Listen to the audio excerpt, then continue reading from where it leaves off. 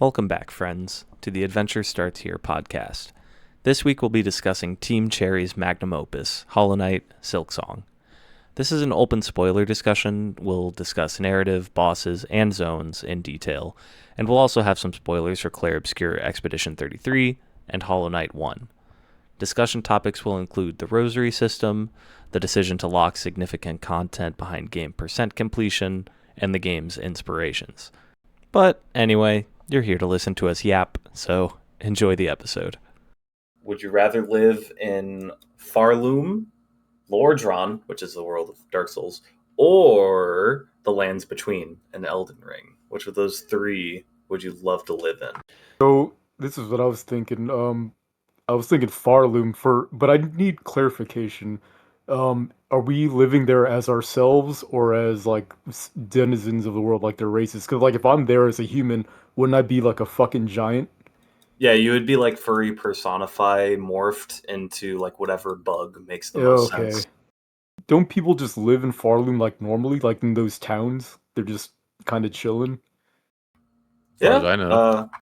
I mean, as long as, like if you're going to live in Belhard, as long as you're okay with Widow possessing you, It's not the worst. At least I'm not dead, right? I feel like Hollow Nest would be a lot worse. Because there you're like getting actively like possessed or corrupted or whatever.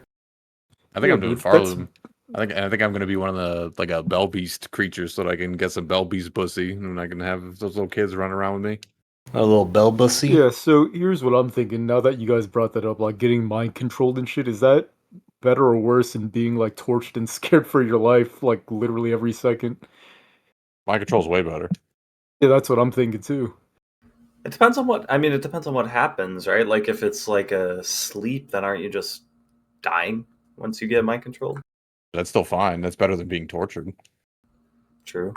I think I'm also going to choose Pharloom since Yarnum isn't an option anymore. And I'm just going to chill in the halfway house the whole time or whatever it's called. I feel like Pharloom is the answer as long as you don't have to be like one of the like pilgrims that is stuck in the citadel or whatever. Like if I'm in Bone Bottom, other than a skull tyrant coming by every now and then, I feel like I'm chilling, The people are pretty fucking chill. Yeah, being a pilgrim is like the fate that seems worse than death because it just leads to death most of the time. When I say the people, I mean the denizens, because obviously they're bugs.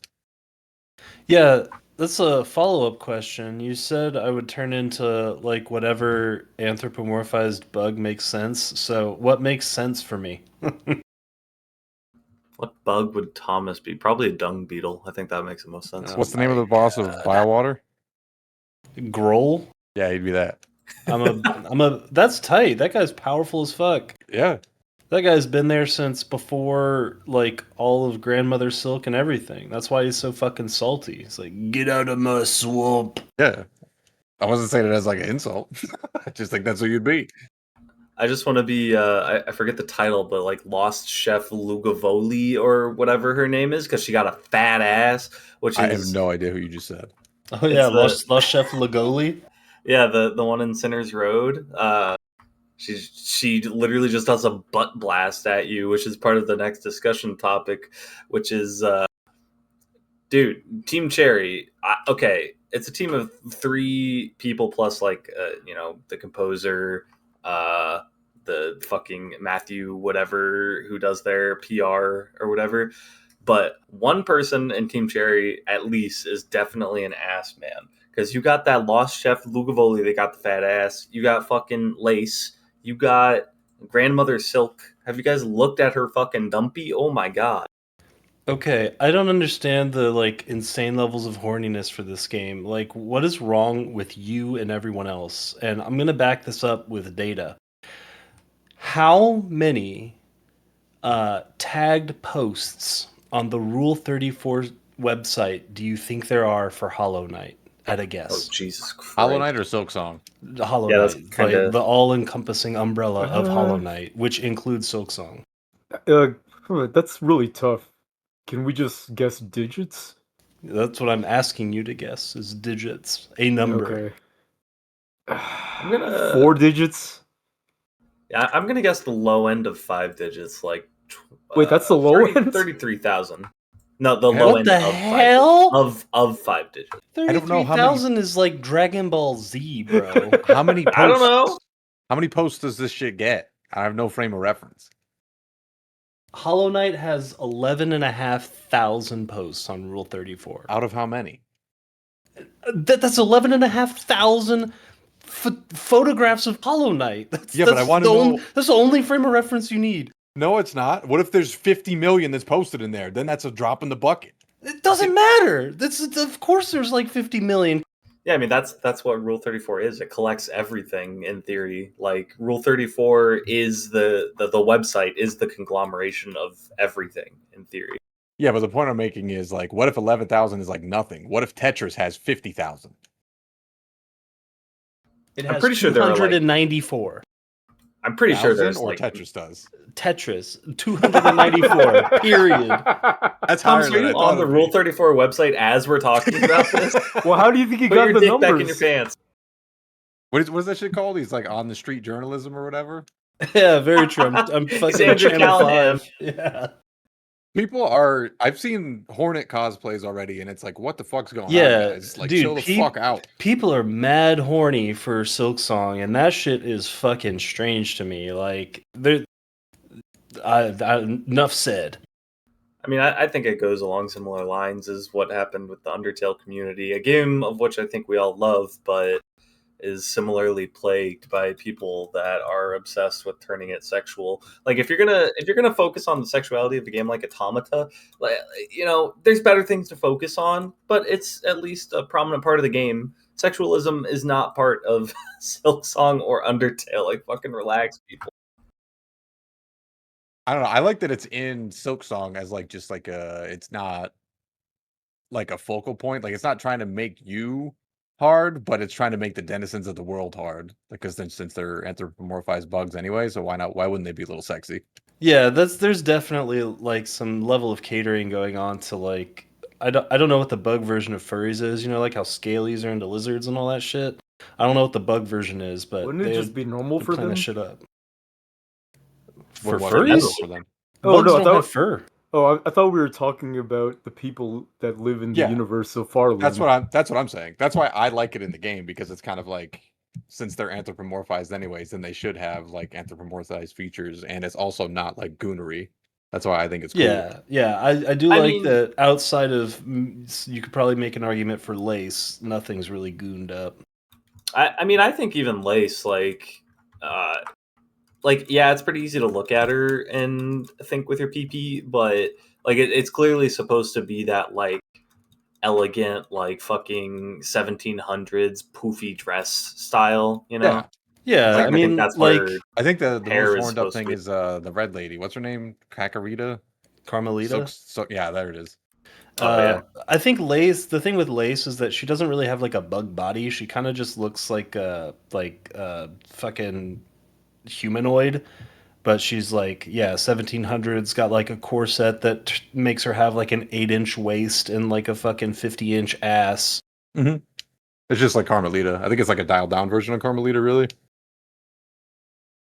Yeah, I think it's probably like a stylistic choice, unironically, that they went with for this game because I mean, look at an arachnid. It has a small, like, I don't know what you call it, but it has a small like center body and then a large thorax.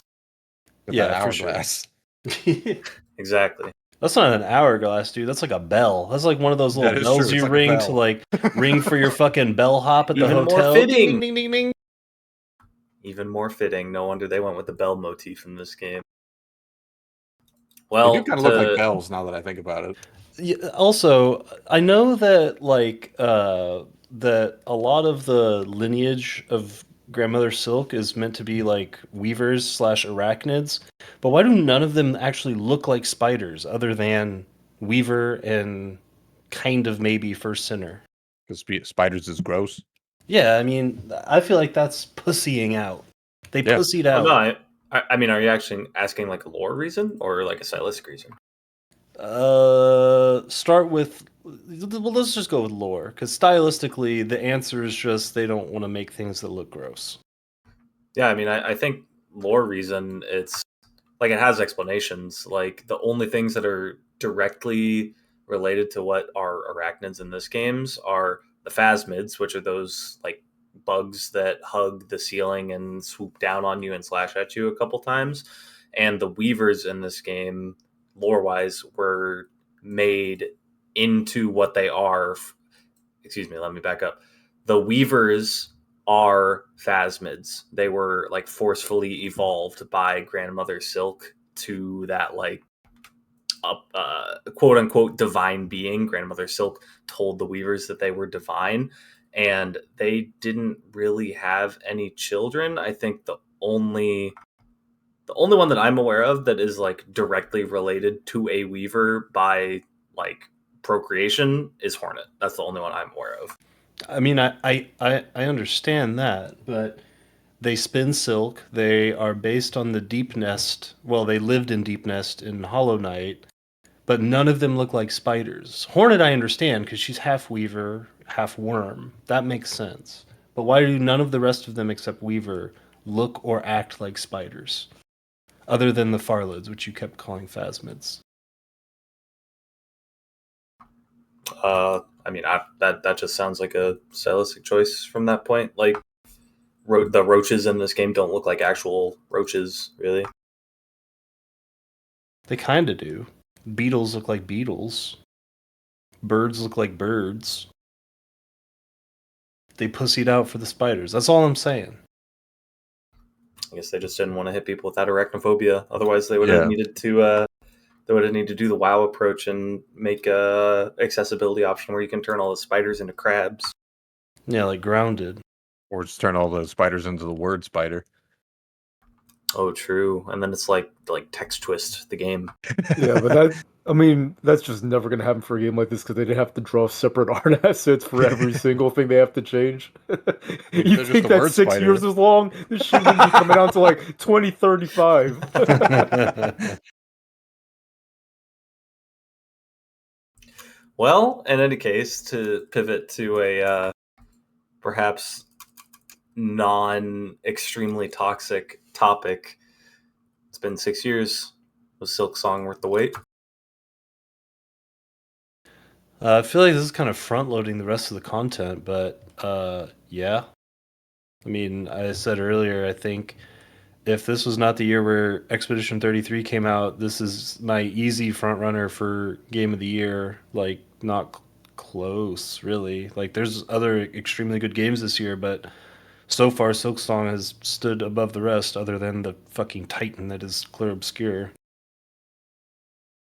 I don't really have any like connection to Hollow Knight. Like I played it when it first released for like a couple hours, but I would say that this game was actually pretty awesome. I have a lot of issues with it, which I'll talk about later, but like overall I actually really enjoyed my time in this game.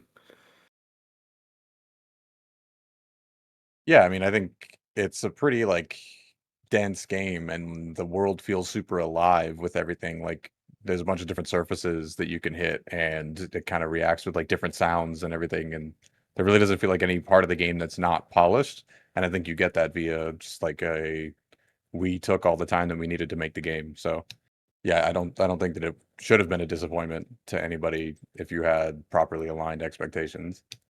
Yeah, and I'm the same as Ben, where I did not have high expectations for this game because I was not a big Hollow Knight fan. Like to me, Hollow Knight's like a 7 out of 10 game. Like it's fine, it's above average, it's good even, but it's not like the like lose my mind game that it is for so many other people. So I went into this game with like kind of mid expectations.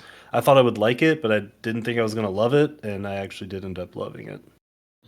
Yeah, I mean, like, I played the original Hollow Knight. I liked it a lot. I only played it with the, I think it was the Coliseum of Fools DLC. That's the only DLC that I actually played with. And there were like 3 or 4 after that.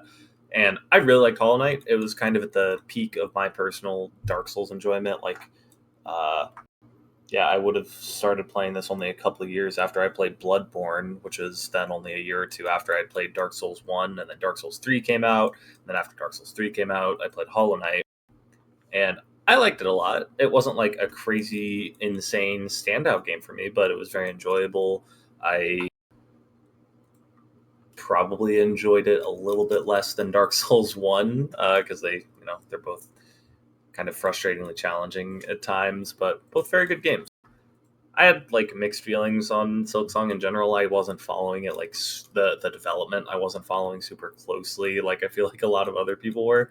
So it was a nice surprise when it was just announced to be coming out in like 2 weeks. But I do kind of want to jump back to Ben because I think I could be wrong, but I think that Ben is probably going to have the most negative opinion out of all of us. And Ben, I'm just really curious for you to hit us with like your most surface level, like what was you downloaded a couple of mods for the game to Yes. take some of the issues you had away. What was the tipping point for some of that? Okay, so first off, like full disclosure, and you guys already know about this, but this is just for the benefit of anyone listening after the fact. I did not play Act 3. Everyone else did. So if I say anything that's ignorant or wrong, that might be why. Um, as far as like the tipping point, like there were two things that happened. Well, no, there was one tipping point where I left the negative review on Steam, and that is not indicative of like how I feel about the game. I treat Steam reviews kind of like an extension of trolling, essentially. So, the actual breaking point and why I installed mods was the run back to apparently the first Savage Beast fly, where every time you do that run back, there's like this one very specific section where if you forget to jump, you trigger this like bone trap that physically keeps you in place, where this like little ninja bug comes out and he will always get a free attack on you. And every time that happened, I would just run back to the left and, and just rest on the bench again. And I would just do that over and over again because I would just keep forgetting to jump. So that got me to install this mod called Boss Retry Mod, which I chose. There was another one called Stakes America, but I didn't choose that one because the Boss Retry Mod was more like immersive, for lack of a better term, in that it used like in-game UI, and it just looked it. The modder made it designed like it. They tried to make it fit within the game, like it felt like it could just be part of the game. So that's why I really liked that mod. The other mods that I used were kind of like rebalancing certain numbers. Um, I reduced contact damage to be capped to one. All other damage sources were made the same. Um, I made Hornet originally do 2 times as much damage, but that was way too much. So through like a little trial and error, I narrowed it down to like a 1.3x or 30% more damage, and just stuff like that. And I increased the drop rate of rosaries and shards. Um, so those are like, I don't think that was necessary though by the end of it, but I also didn't do Act 3, which I heard from Thomas you need to farm not rosaries but shards. So those were all the mods I installed, and with my modifications, I felt like I had a really great time playing this game. Kind of funny that outside of the run back modification that you had, a lot of those changes just turned it into some of the standards of Hollow Knight 1. Oh, Yeah. does it? Yeah. Yeah, like one mask damage, and I forget the other one you said, but there were a couple in there that just sounded like that.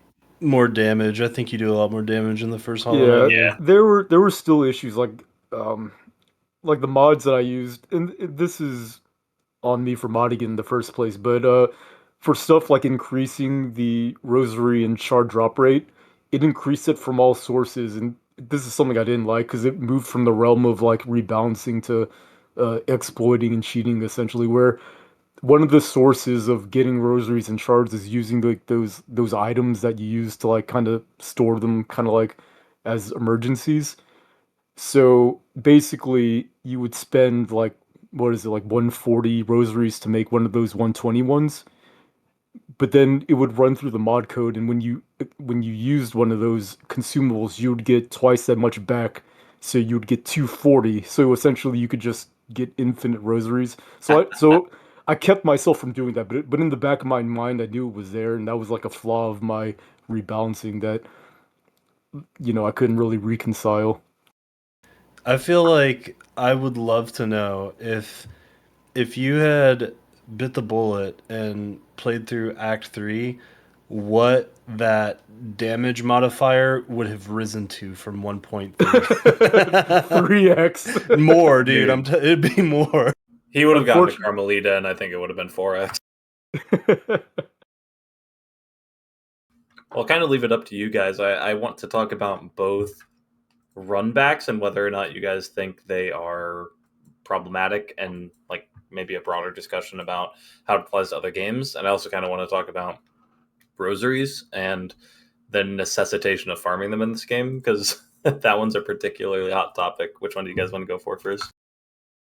I think rosaries are easy to talk about because I think anyone who complains about rosaries is cringe. I think rosaries suck. Rosaries are I'm cringe. so easy to farm. That's why they suck. It takes no time to farm all the rosaries that you will need for the entire game. I think I spent maybe 15 minutes total the entire game farming rosaries to basically never have any problems with them ever again, and I didn't. Yeah, I don't think that.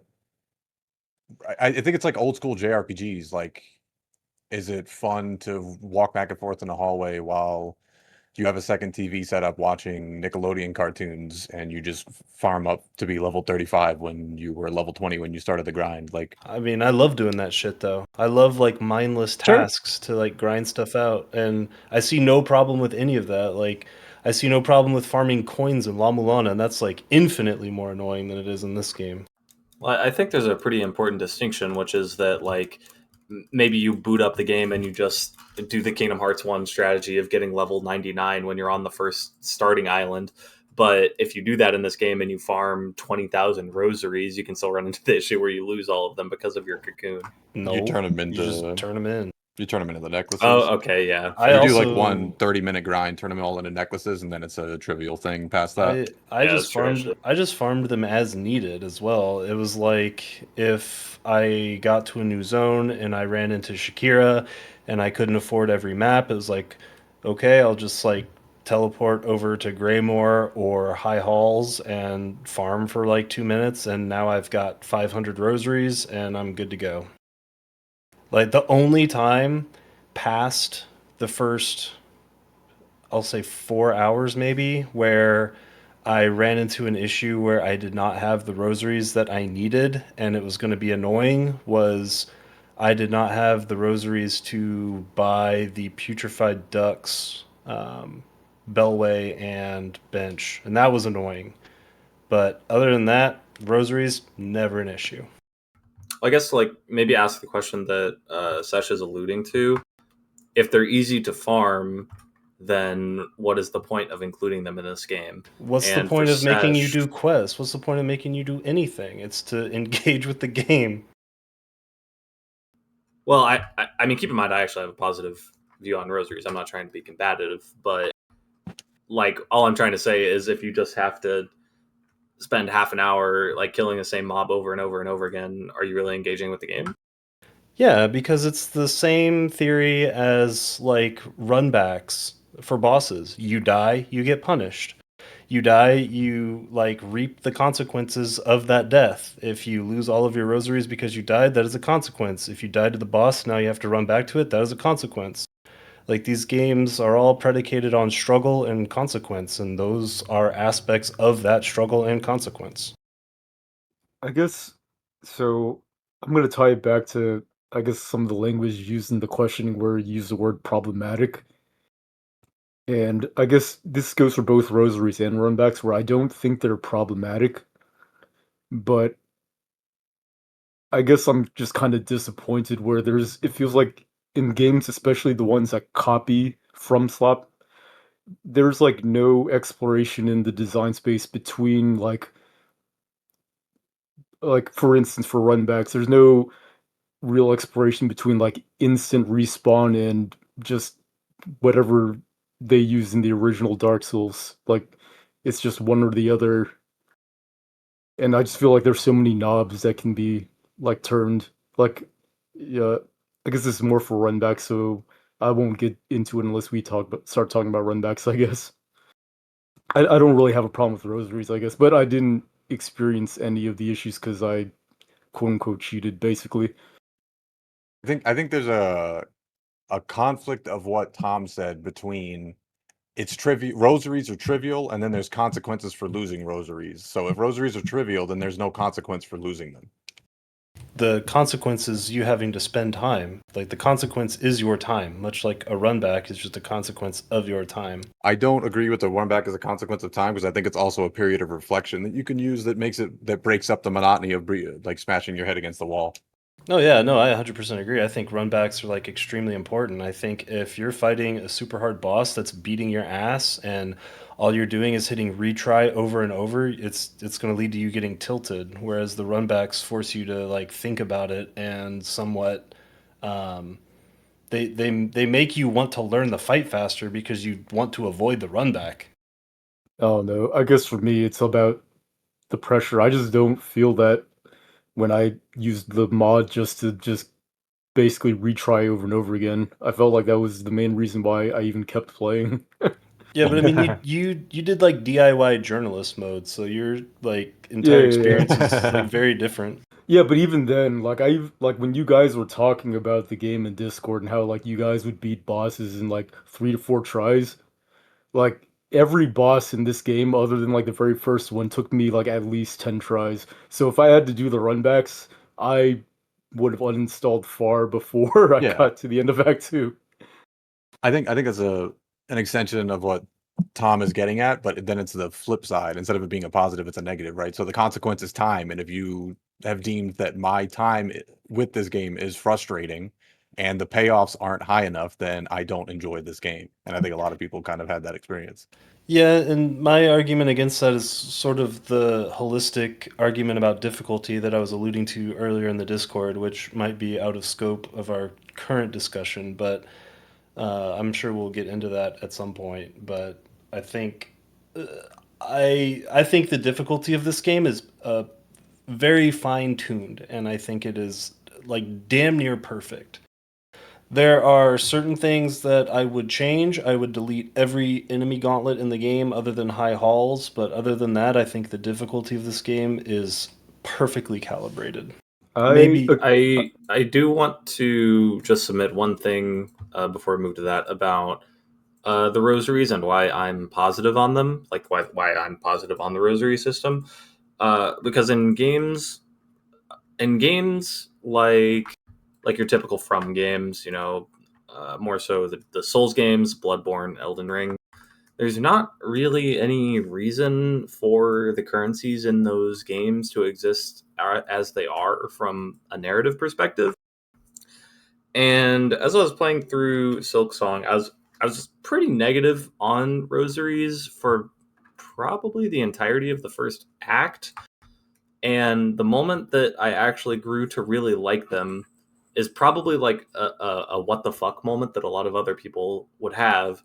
And it's when you get to the Citadel in Act Two and you're in the Underworks, and there are the benches that are the one time use for 15 rosaries. And that's when I realized, oh, okay, they are using rosaries in this game for the opposite of ludonarrative dissonance, ludonarrative resonance, which is a term that I saw on Reddit that I'm now stealing. So I don't know. I don't know if I want to go so far as to say as those currencies in other Souls games are ludonarratively dissonant, but I think that the way that the rosaries are used in this game is ludonarratively resonant. You are in an external land. This isn't Hollow Knight 1 where you are like in the kingdom that you are from, and it's more about the infestation and dealing with the rot from within. You are in a new land. It is meant to feel imposing. You are literally being taxed and dimed by the by the ruling class above you, and that's what those benches in Act Two made me realize is that I I just think that's a really good use of currency narratively. Do you guys agree with that? yeah, I do actually. I the exact bench you're talking about is that one that's in oh man, I can't remember the name of the zone. The big like the under or something, I think in Act Underworks. 2. Yep. Yeah, Underworks. I loved that bench, that like temporary bench, because it's a piece of diegetic world building where you're running around this like factory basically that is keeping Pharloom running, and you can tell that like the working conditions of this place were like dog shit. And for you to even get a rest at work, you have to pony up 15 rosaries and then it goes away. Like, I think that that's fucking great. Yeah, And oh, sorry. oh, the only other thing I was gonna say is I think the way that this game improves on Hollow Knight in terms of rosaries versus Geo is I don't remember. I'm sure that there is at least one, but in Hollow Knight I remember constantly having to save up fuck tons of Geo for huge purchases for like keys, maps, whatever. And they're again, to my knowledge, I haven't played that game in almost 10 years, but I don't remember there being like the bead necklace sync where you could like protect your geo. Like if you were trying to save up 2,000 geo to go buy a key and you died twice, you're starting over with that shit. Whereas in this game, the primary spending on rosaries is like 50 here, 70 here. You're not like saving up like a shit ton at one time for major purchases unless you want to go like farm rosaries for some of the like tools or the mask shards or anything else, which are not required when they were required in Hollow Knight. Hollow Knight didn't have a necklace kind of like conservation for No. Geo either, did it? Not that I remember. I don't think I so. think that's the big difference. Like regardless of Yeah. price tags or anything, being able to just reserve them is huge. Yeah, sorry, what were you gonna say, Ben? I just wanted to bring up that bench area in the Underworks. Actually, that was one of my favorite parts of the game is seeing that, and mostly because of the environment. Because I love anything that's like Kowloon walled city coded, and that's what that whole area was to me. It was kind of like the slummy area, and then when you got into like Anne Orlando proper, and there were still like rosary purchases, but they were like more sparse and more expensive, and I kind of like that storytelling, I guess, environmental storytelling that they use. And I think that's like one of the biggest strengths of Team Cherry is that attention to detail with the world. As long as they aren't writing words with it, at least in my opinion. A little curious on that last part because I actually think at least the character writing in this game, maybe specifically for Hornet, is actually pretty good. I guess for me, it actually like physically hurt me to read the dialogue. And I don't mean that the writing was bad, but like the panel placement where I'm always looking up and the characters are at the bottom. Like it actually literally hurt my eyes, and it was hard for me to know who was talking for like the first 6 hours because it didn't show like the speaker's name. It just shows like a small icon. So when it was Hornet, she would have like her little like verbal bark, and it would show Hornet's head. And I didn't even notice that for like the first 6 hours. So when two people were talking to each other in this game, I honestly didn't even know who was speaking at the time. Yeah, I think that's a really good point. I think that's that should be pretty common between people because yeah, they do a pretty bad job. Especially like if you weren't exactly paying attention to who's talking or you don't recognize the voices yet, like you're gonna get lost really quick. Yeah, definitely. It's definitely unintuitive, and I had the maybe unintuitive is the wrong word, but I definitely had the same experience when I first started playing because I was playing at work where I couldn't have sound for like the first hour or two ish of me playing, and yeah, I had that exact same experience where I'm like I have no idea who's talking here. But I mean, you did bring up that the sounds they make, I feel as well, like very appropriately communicate who is talking at that time. Oh yeah, I agree. I agree with Ben, and I agree with that. In that, that icon is not enough to like really spell out to you who's talking. And even though I actually think the actual written dialogue of this game is actually pretty good by and large. Like I can't think of anything that I hated. I actually think it was pretty good, but um, I'll be honest, I skipped through so much of the dialogue. Either I skipped it or I just like very kind of skimmed over it and read a few words here and there because of the way it's presented is very annoying. Yeah, I kind of wonder what the decision behind not including portraits like a Hades style or kind of just how any other game with back and forth dialogue without voice acting does it. I think Because I think it's probably just because so much of the like narrative both in spoken dialogue and just the story in general is portrayed in like such a minimalistic way that I think if they had these like big, massive Hades style portraits, it's drawing importance to something that they're not really trying to draw all that much attention to necessarily. Yeah, I don't think Hades portraits would really work for this game because of this literally the art style. Where like um, and I guess this I am going to talk a little bit about the environment, but it's in context of the characters where the environments are so elaborate and beautiful. Where like it was actually kind of like mind blowing how good the shit was. And in contrast, like the characters have to be like these like cartoony, like thick outlined characters because if they were also detailed and elaborate, no one would know what's going on in the combat. It would just Oh be yeah. so hard to parse. Yeah. So, extending that to what you guys were talking about with the dialogue, if you did like Hades style blow ups of those character models, well, now I kind of want to like reverse my decision because in those portraits that they blow up the sizes, they could like make the detailed rendered versions of those characters, and I kind of want to see what that looks like, what their artists would come up with for those like blown up Oh, portraits. I think it would be fucking awesome. I just think it would be kind of at odds with the way that they tell the story Yeah, mostly. yeah, for Yeah, sure. exactly. Like my feeling is that like the character and even like enemy design and such in this game are very intentionally minimalist, and Yeah. I think that that's used to emphasize the environment.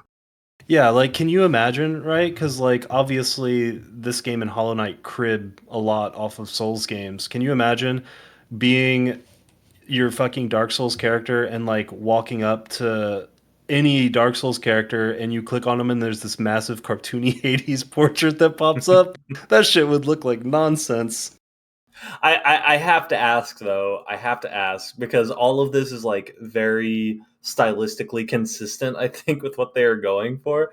But then why do they have this meme shit like the lost chef Lugoli with the big ass? Like what's going on here? Were they just having fun? That character's dope, dude. That guy got thrown in Sinner's Road because he was committing, quote, food related crimes. I want to know what that means.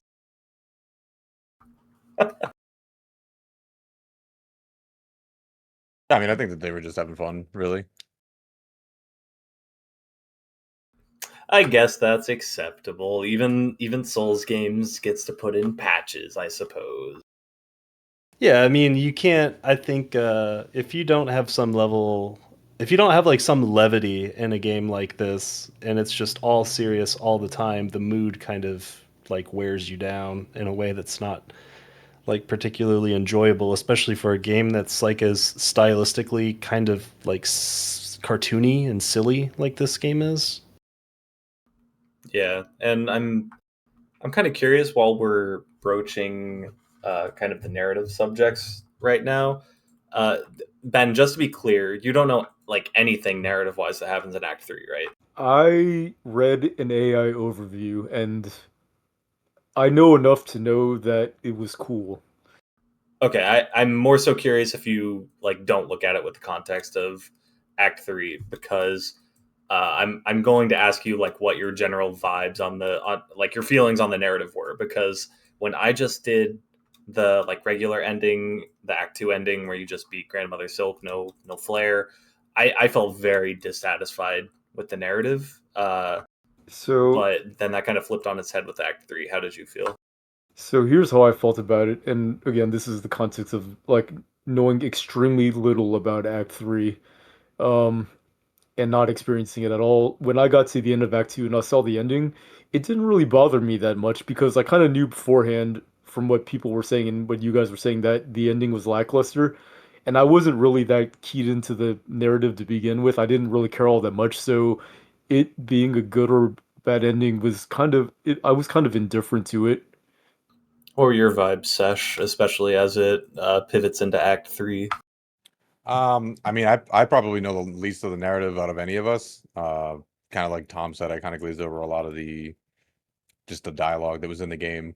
I thought all the cutscenes and everything were super cool, and the fact that there was no dialogue in them, but they still conveyed a lot of information, I think is a really cool way to do it.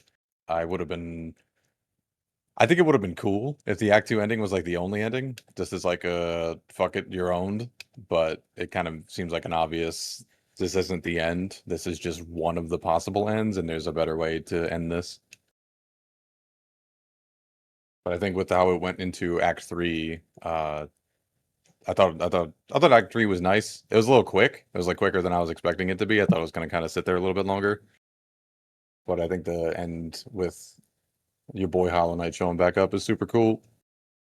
Yeah, I mean, the ending of Act 2 is very obviously supposed to feel and be unsatisfying. Like, I don't think that there's any sort of like pretense. Like, I feel like the game is very much spelling out to you that, hey, this sucked. And if you can't extrapolate that there's more from that, then I don't really know what to tell you. Because to me, it's like the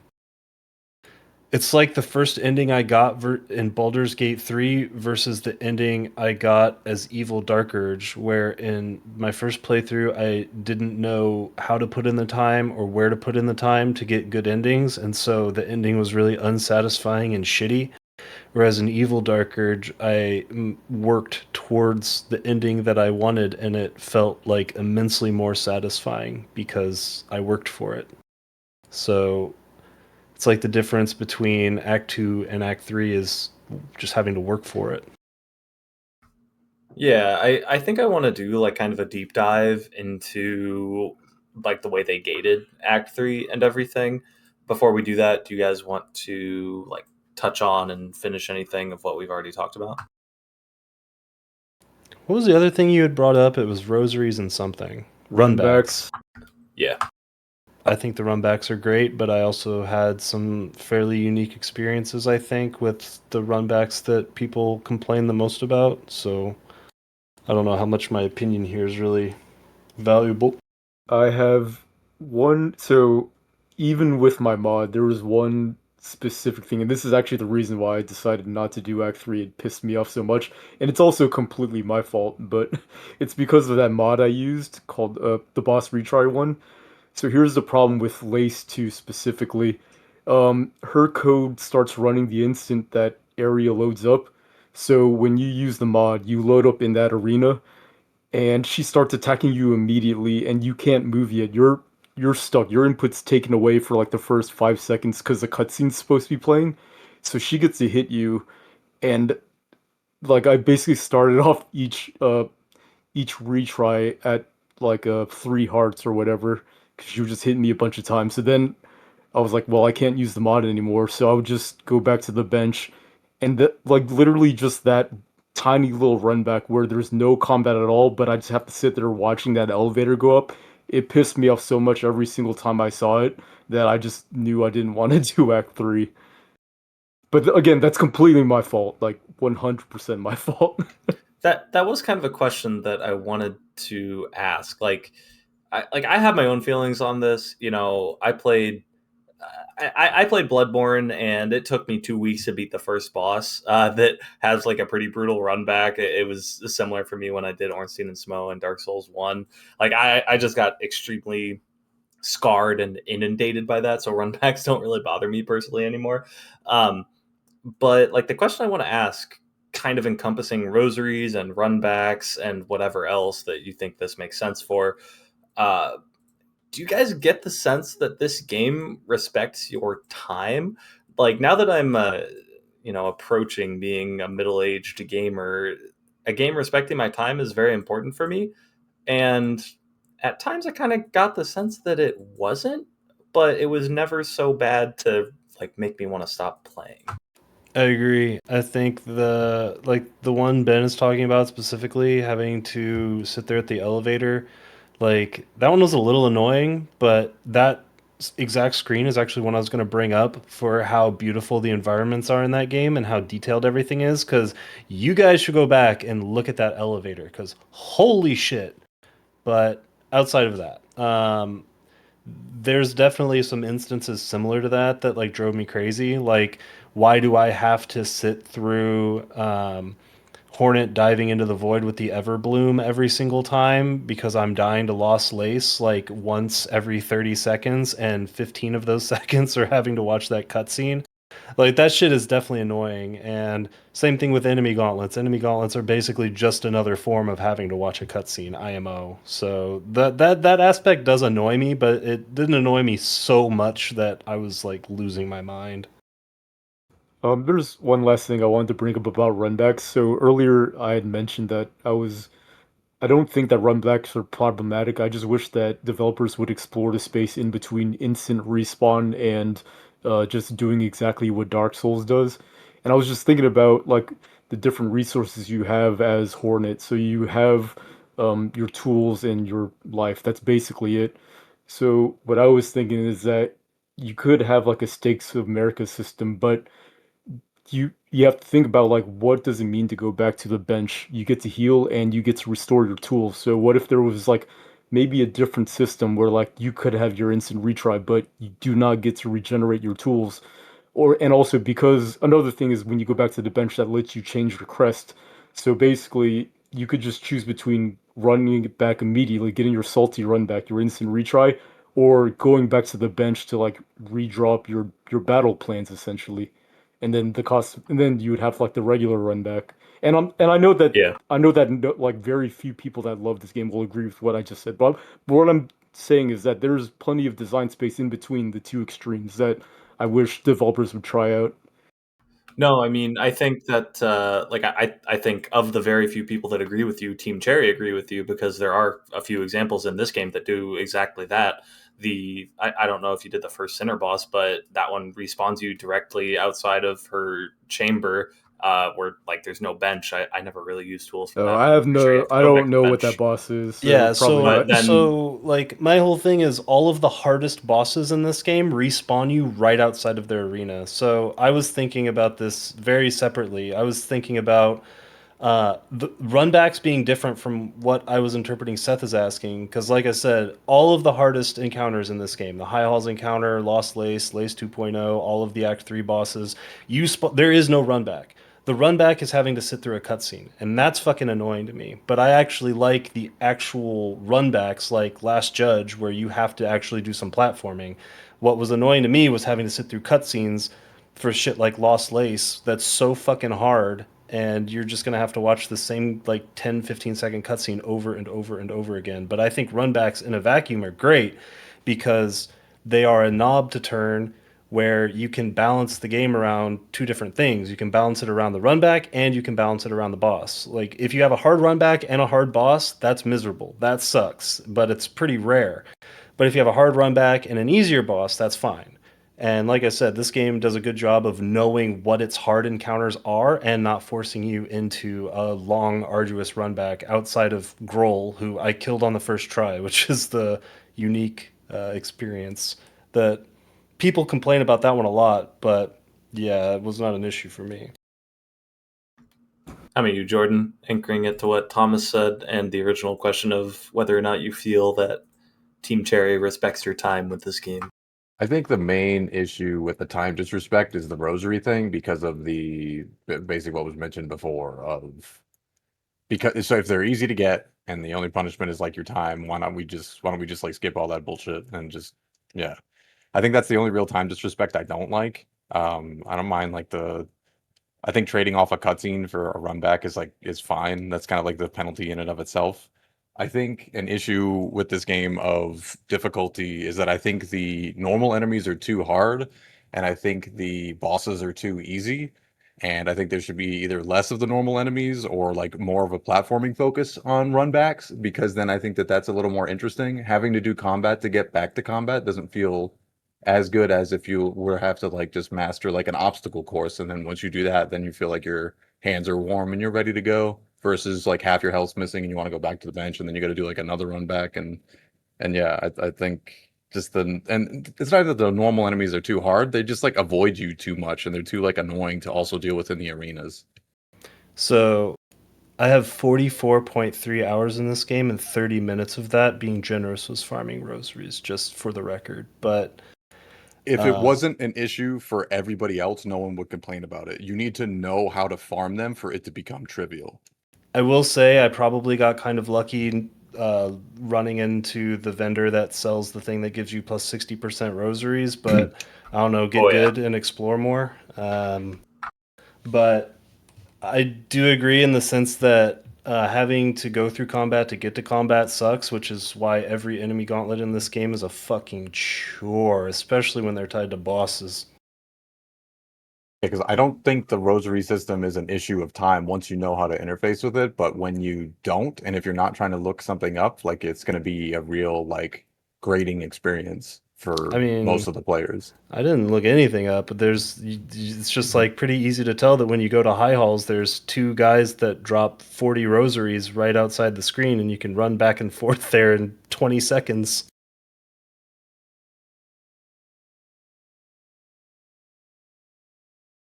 Yeah, I mean, I still go back to the point of what's the point then? Like, if the grind's easy, why are we wasting my time? It's a true just time waste. I mean, what's the point of grinding mounts in WoW? What's the point of grinding experience in an RPG? Massive difference. There's a power level or a flex that's related to that.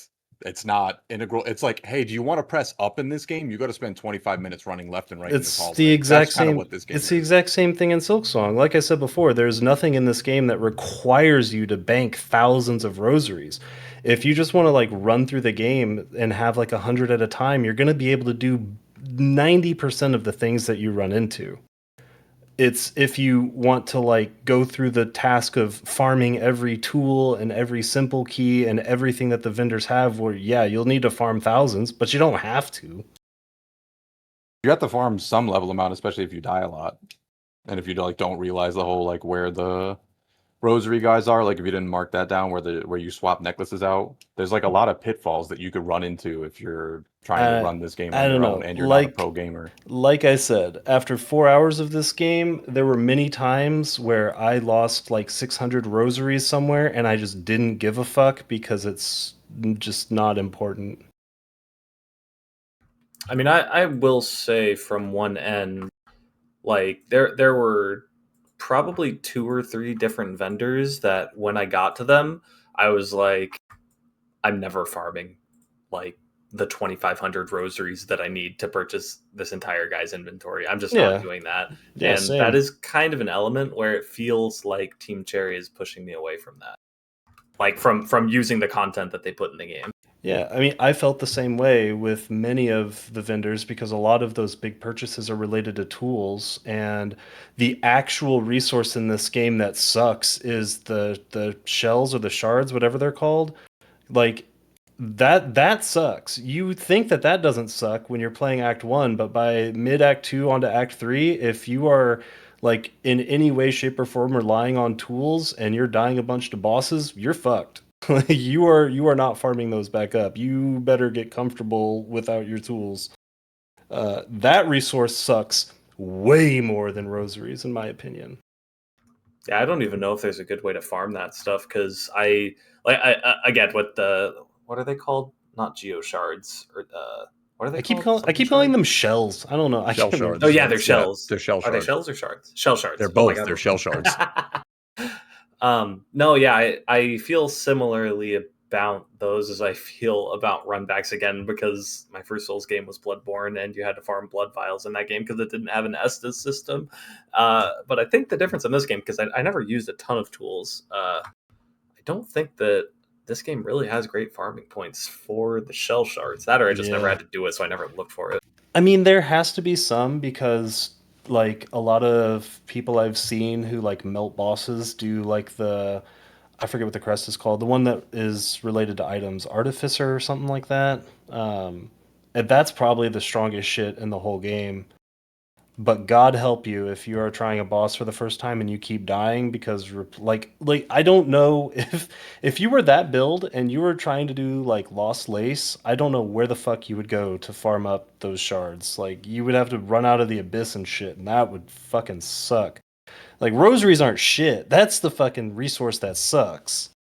It actually makes me realize that the entire reason why I never used Soul's equivalent of tools is again because I played Bloodborne first, and that game has the exact issue that you're describing. Like, yeah, I might want to go out and farm some fire paper to help me kill blood-starved beast, but if I don't kill it on that attempt and now I'm out of fire paper, well, now I just have to learn the fight anyway, so why not just learn the fight every single time? What were you going to say, Sesh? I think you can buy shell shards with rosaries at some vendor, can't you? You Yeah, can buy you the can buy them at the necklace and like the neck. Well, they're not necklaces, but they're like the same purpose, but for shards, right? yeah. I know that at least for sure the little blacksmith dudes in Deep Docks sell them. I never bought them one time, so I don't know if they're like replenishable. Yeah, I don't know if but they're they are infinite. there. That was gonna be my only question because I didn't use tools as like a self-inflicted difficulty thing because I like to experience bosses like as they're designed rather than trying to find like cheese strats. So I never used a red tool once. They stopped being useful. They were insane in Act 2, but by Act 3 they were kind of like whatever. I mean, I will say I do think that the power level of some of the tools does really help mitigate the bosses that have enemy gauntlets. To an extent, it almost felt like that's what its purpose was, or at least it felt so strongly inclined towards that for me personally that it felt like it was designed for me, like just completely cheesing certain gauntlets and getting back to the boss by using the flying ladybug guys. Like that felt pretty Oh, good. dude, I don't know if I would have beat Scarsinger Carmelita if it weren't for the fact that all of those Act 3 bosses, since you're in like the dream world or whatever, it doesn't actually use your supply of tools. So like you Oh, that's basically how that works. yeah, you never use tools. So I don't know if I would have beat that boss if I couldn't just like cast 8 cogflies every time I fought her. Okay, see, so that's interesting. Like when I was bringing it up earlier, I kind of thought, like when I was talking to Ben about Team Cherry agreeing with them because of those bosses where it does that, I thought that was an example where you would like have to choose to run back to the bench in order to get your tools back. But I guess that's not actually true. But one area where that is true is I'm not sure. I think Jordan might be the only person that did this zone. But there's the Lost Verdania. But yeah, it gives the story of the Cogwork dancers by going into, I forget his name, the Lost Prince's past by using the Needle-In to play the song, and it teleports you there. But your map doesn't update unless you go to a bench, which is not located in the zone. So it was an example where like you did have to actively choose to go to the bench, even though it was kind of just annoying. Yeah, this game definitely has some annoying aspects. There is no doubt about that. Yeah, and I But think that again, like Lost Verdania zone fucking sucks, but I think the boss is super cool. I thought the platforming was good enough, and the story it's trying to tell, I was Yeah, okay with it. I think just having an interface with the enemies like sucks, but I think everything else is Is cool. that something that's unique to that area, though, or is that? No, I think it's the whole game. Yeah, Yeah. I think that's what I'm alluding to. Yeah, no, I guess like part of my difference, it sounds like with Jordan is that I'm okay with a lot of the annoyances that this game imposes on you because I feel like that's part of the tone narratively that they're going for, and it's kind of in line with like Dark Souls 1, which is rare to see. Yeah, I think like you and I, Seth, are like Souls coded nerds, whereas Jordan fucking hates Souls games. I think if you hate Souls games, you are gonna have a rough time with this game. Like not from like a difficulty perspective, just from like a design, the way it chooses to do things perspective. I just to clarify, I do specifically mean Dark Souls 1 because I don't think 2 or 3 or probably not even Bloodborne apply that level of like being very intentionally frustrating to the player to draw a point. Yeah, but I like that. I think that like I've made this argument before that it annoys me so bad when I see the Souls like tag on Steam because like in my mind it's just like they're gonna miss the point because so much of what's important about Souls games is that like the difficulty is not just difficulty for difficulty's sake, it's that it's baked into the themes of the game, and the themes of those games is struggle. Everything about those games is about the struggle and like the upwards climb towards like achieving some goal and like the fucking Sisyphusian fucking like pitfalls that will happen in between that. And Silksong, I think, is one of the only games outside of FromSoft that I think actually managed to like evoke that same sort of feeling in me. Yeah, no, I agree 100%. Sorry, what were you going to say earlier, Jordan? Is it still salient? Yeah, it's kind of like a spin-off point of like I don't have an issue with Dark Souls games because I like that the enemies are hard and the bosses are harder. This game, I think the enemies are hard and the bosses are easy because I think the bosses are too fair and too not bullshit. So it feels really shitty to try to get to a boss, but then fighting a boss doesn't feel shitty because when you fuck up, it's your fault. What's an example of that? Because the only like there's only like a handful of normal enemies in this game that I thought were like really annoying, which is the little mosquito dudes in bile water and or no, the mosquito dudes in putrefied ducks and the like bushman dagger throwing dudes in bile water. Other than that, it was like none of them really bothered me that much. It's the main yellow area. I can't remember the name of it because it all blends together in my head. But the guys that like parry, the flying guys that parry and kind of like move a little bit back from you, like there's not a lot of windows when you can hit them. And the kind of secret to fighting a lot of the bullshit enemies up until basically the end of the game is it's the silk sphere thing. I don't remember what the name of the attack is. The one that has the silk attack around you in like a circle. Yeah.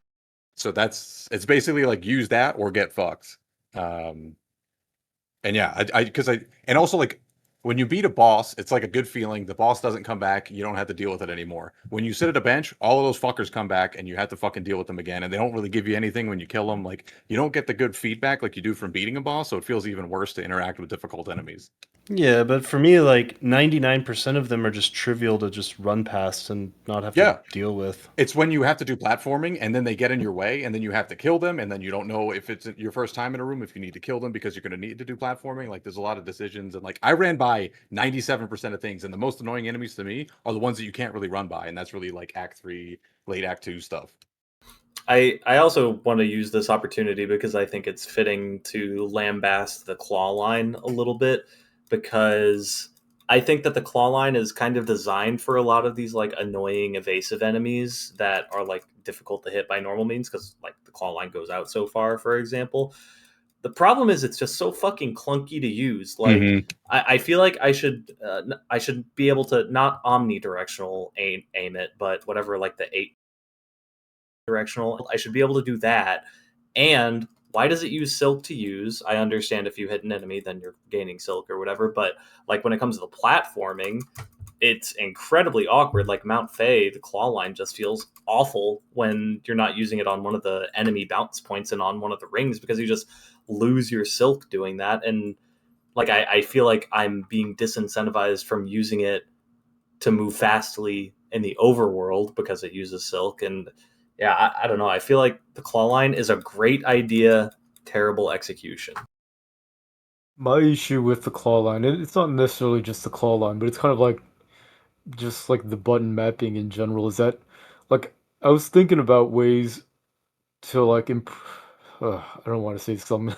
All right, let me just stick to the claw line. I wish that, and maybe this is a hot take. I wish it was just an upgrade to the dash, and it was just one button instead of two separate buttons. Because like to me, they're basically the same thing except one does damage. I think the claw line for me, the main issue is there's two. There's two main issues. Number one, it doesn't have like a what's the word I want to use? Like a friendly enough like radius for when it's gonna pick targets up. Like you have You to mean a be hitbox? yeah, kind of like a hitbox, but like it'll track. I guess hitbox is the right word, but like I think you have to be way too precise with Yeah. like the rings and shit that you need to hit for like no good reason really. And anytime I hit an enemy with the claw line was a nightmare because I felt like I was just going to get hit immediately after that unless it was like a little platforming bug that was designed to be hit by the claw line. I want to talk about this more later, but I think that I don't know if all of you in here have played Ori and the Blind Forest, but if you want to see like exactly what Thomas is talking about done well, oh my god, just play Ori. That game does all of its mechanics so fucking well. Yeah, that game is a master of Metroidvania platforming. I just wish it was like more past that. I wish that this game had stolen more platforming sections from Ori, but other than that, Ori's kind of meh. I had a issue with the claw line when it's for I have a lot of issues in this game when the mechanics are introduced, but then the more you use them, the more accustomed you get to them, and then the more fine they are. So I thought like the claw line not I thought the movement portion of the claw line using silk sucked at first, but then you just kind of have to realize like the cadence. And I think the real failure is not be it slows you down. So when it's trivial platforming and you just need to go from circle to circle to circle, and you can't just go circle, circle, circle, you have to go circle, wait. That's when it feels the worst. But when Yeah. they use it near the top of Mount Fay, where it's like, okay, you can't do it too early, so you have to like stall your jump a little bit more, that's when I think it's a good thing. Yeah, that I'm fine with, but like, yeah, that specific feeling you're describing where you go onto one of the rings and you have to wait a minute, Yeah. some people have compared the platforming in this game and Hollow Knight 1 to Celeste, and I think it's like pretty accurate. Like they do platforming very well in the way that Celeste did, and I think when you have things like the claw line that are clunky in that way, it just gets in its own way so bad when Yeah. it could have been so much better very easily. Yeah, and I think to build on the Celeste analogy, the thing with Celeste is like when you dash into the ground and then you jump, you get that big jump. But in this game, the dash jump has a built-in delay, so you cannot dash jump immediately. And there's no coyote frames, which are the frames of if you run off of a platform, you can then still jump.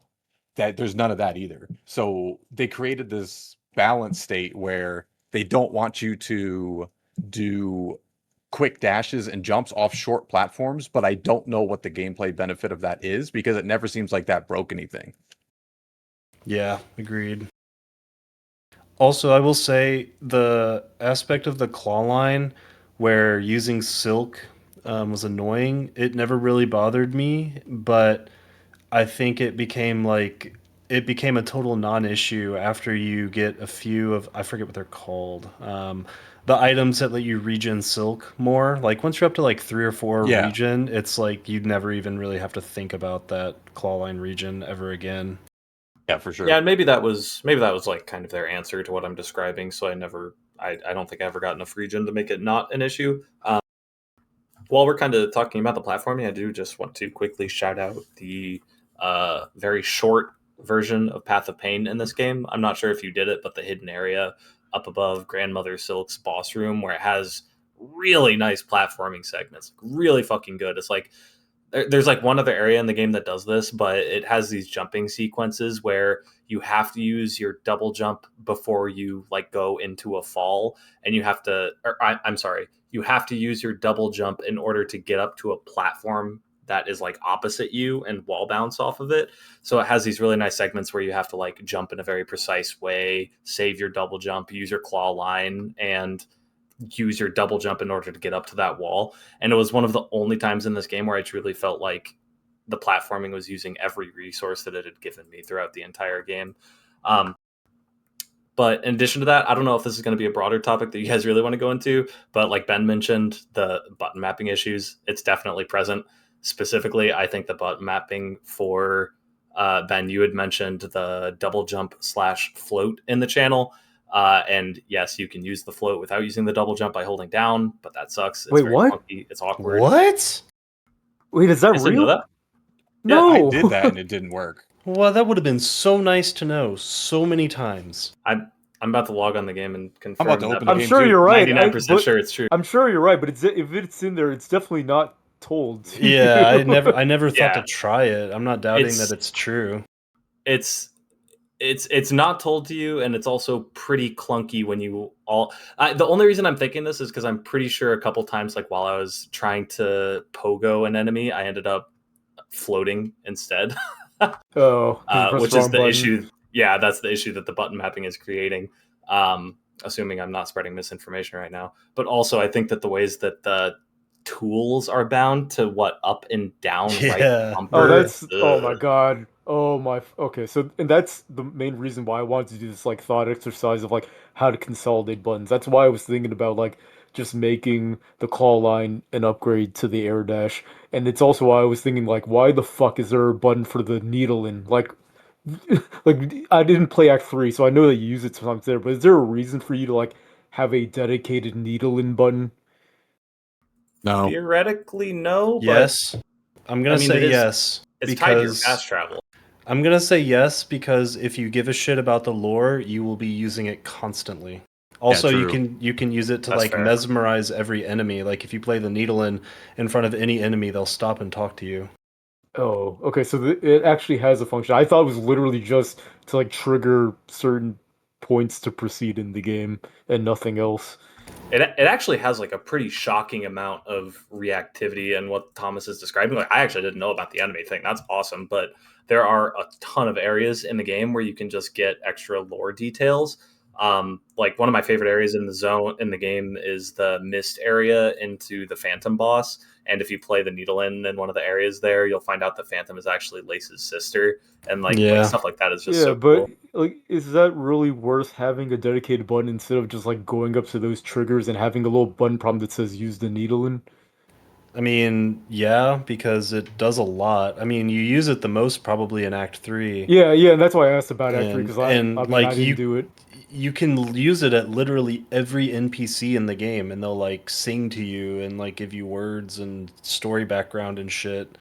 Like my favorite reactivity with it is in Act 3 after Silk plunges into the abyss and all of her like little silk strands become void touched, and every time you play the needle in, any of that like Mhm. void touch silk in the background or foreground will like react to it and it'll like pulsate and shit. It looks fucking cool as hell. Yeah.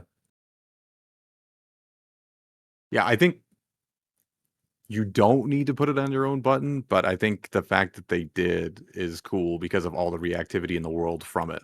Yeah, Yeah, like could it have been bound to something more important? Yes, but does the needle in need to have its own button? Also, yes. yeah, and mostly I was just thinking about ways to consolidate buttons so that you wouldn't have to use up and down on the D-pad plus another input to do shit. But I mean, it does sound pretty cool.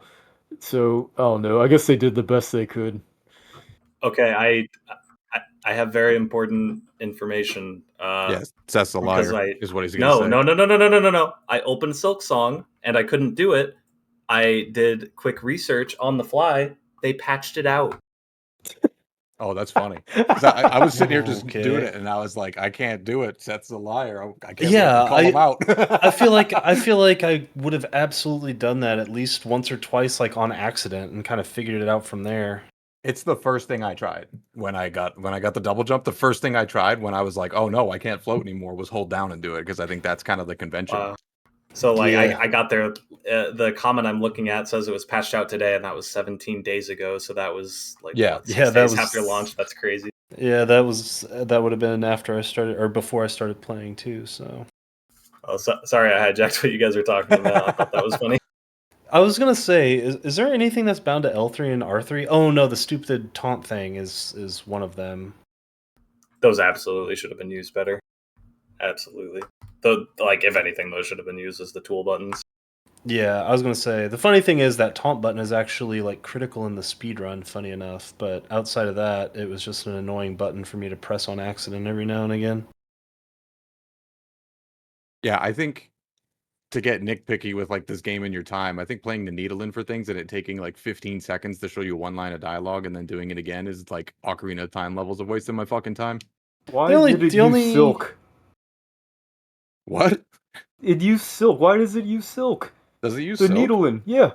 Yeah, I mean you can I didn't play know it, that. it'll drain you down to like 1, but you can play it forever. Oh, okay.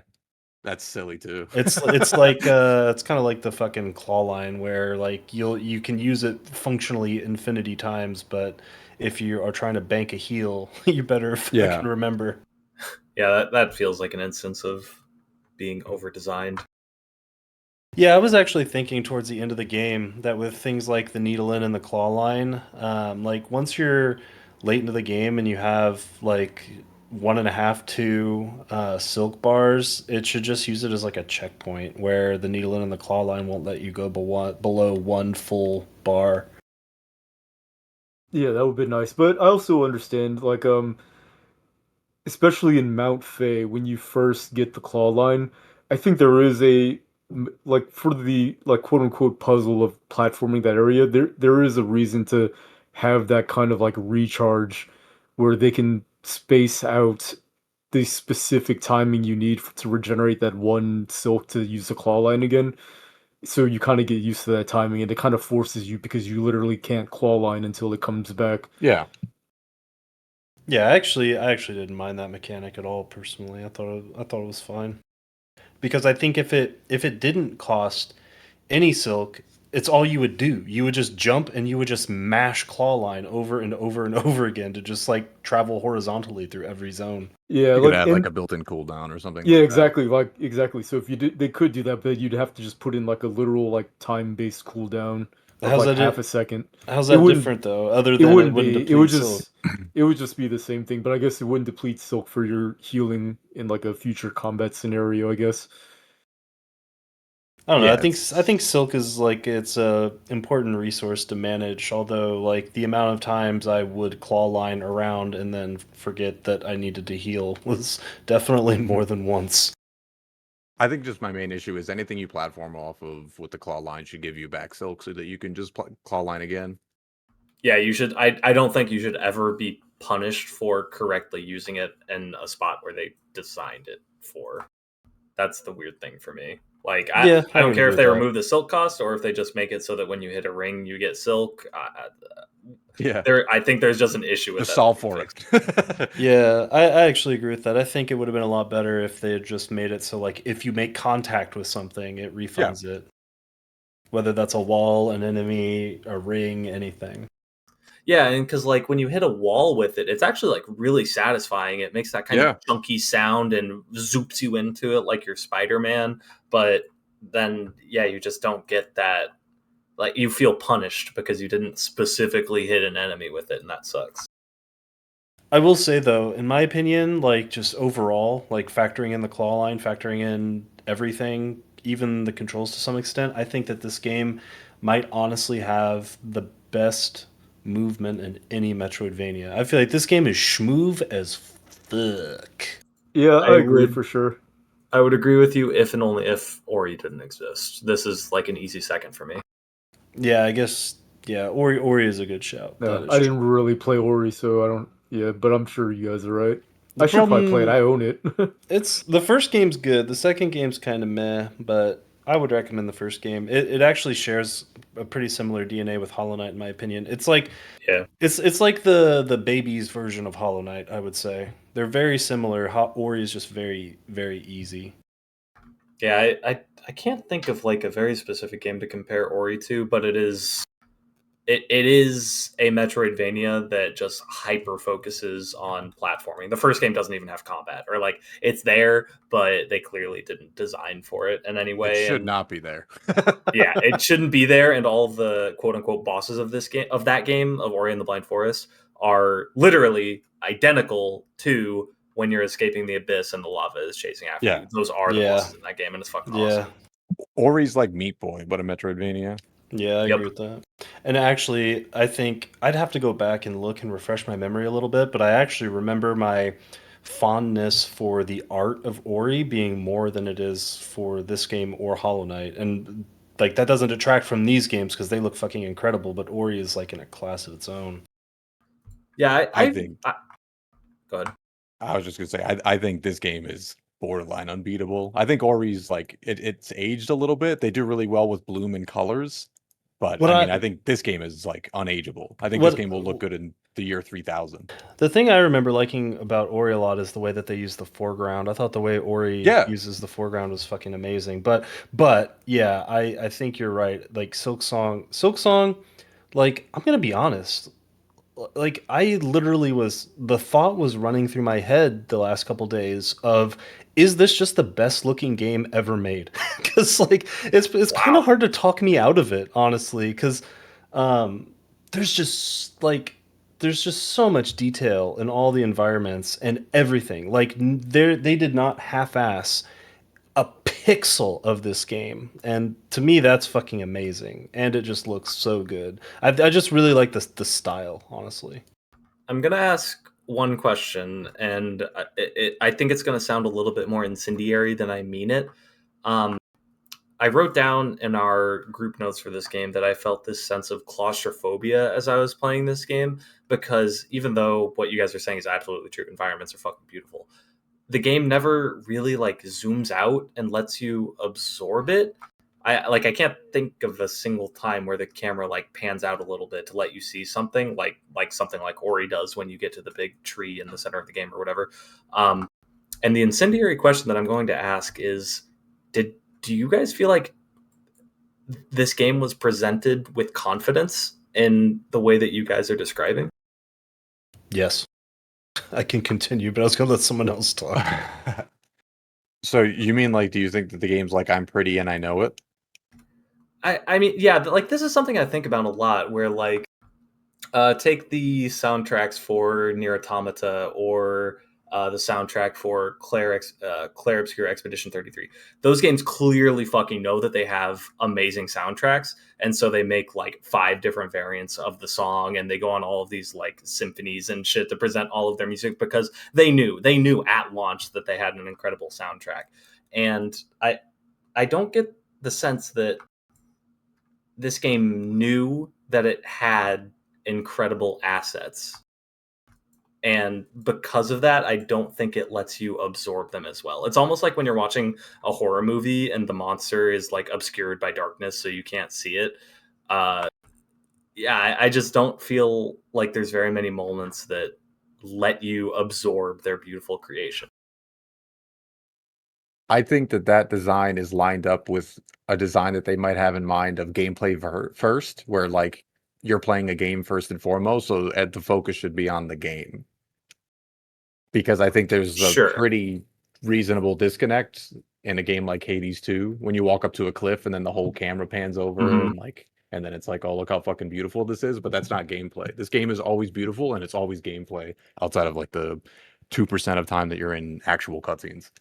I think it's also important to not conflate um, style and detail with spectacle. If you zoom out, it's because you want to convey some level of spectacle, whereas the beauty of Silksong is in the details. And if you zoom out, you're going to lose some level of that detail because, like I said before, like every single pixel, every single frame of every animation, like even though like having to sit through the animations to like go up and down elevators and shit is really annoying. Like the next time you play this game, just look at them. Just fucking watch how gorgeous every animation is when you step in an elevator and the door like creaks closed and you go up or down. Like there is no wasted space. There is no half-assed frame. Like everything is just like the detail and soul is just poured into it, and it all just looks so fucking good to me. Oh, I just think the game looks pretty good. As far as like the claustrophobia thing, I don't know. I guess I just don't really feel that because like it doesn't. It's not like La Mulana where it's like locked into like one screen. You know what I mean? It kind of like follows you around, like the camera just Mhm. pans with your character. So to me, like that, like continuity of seeing the environment move with me.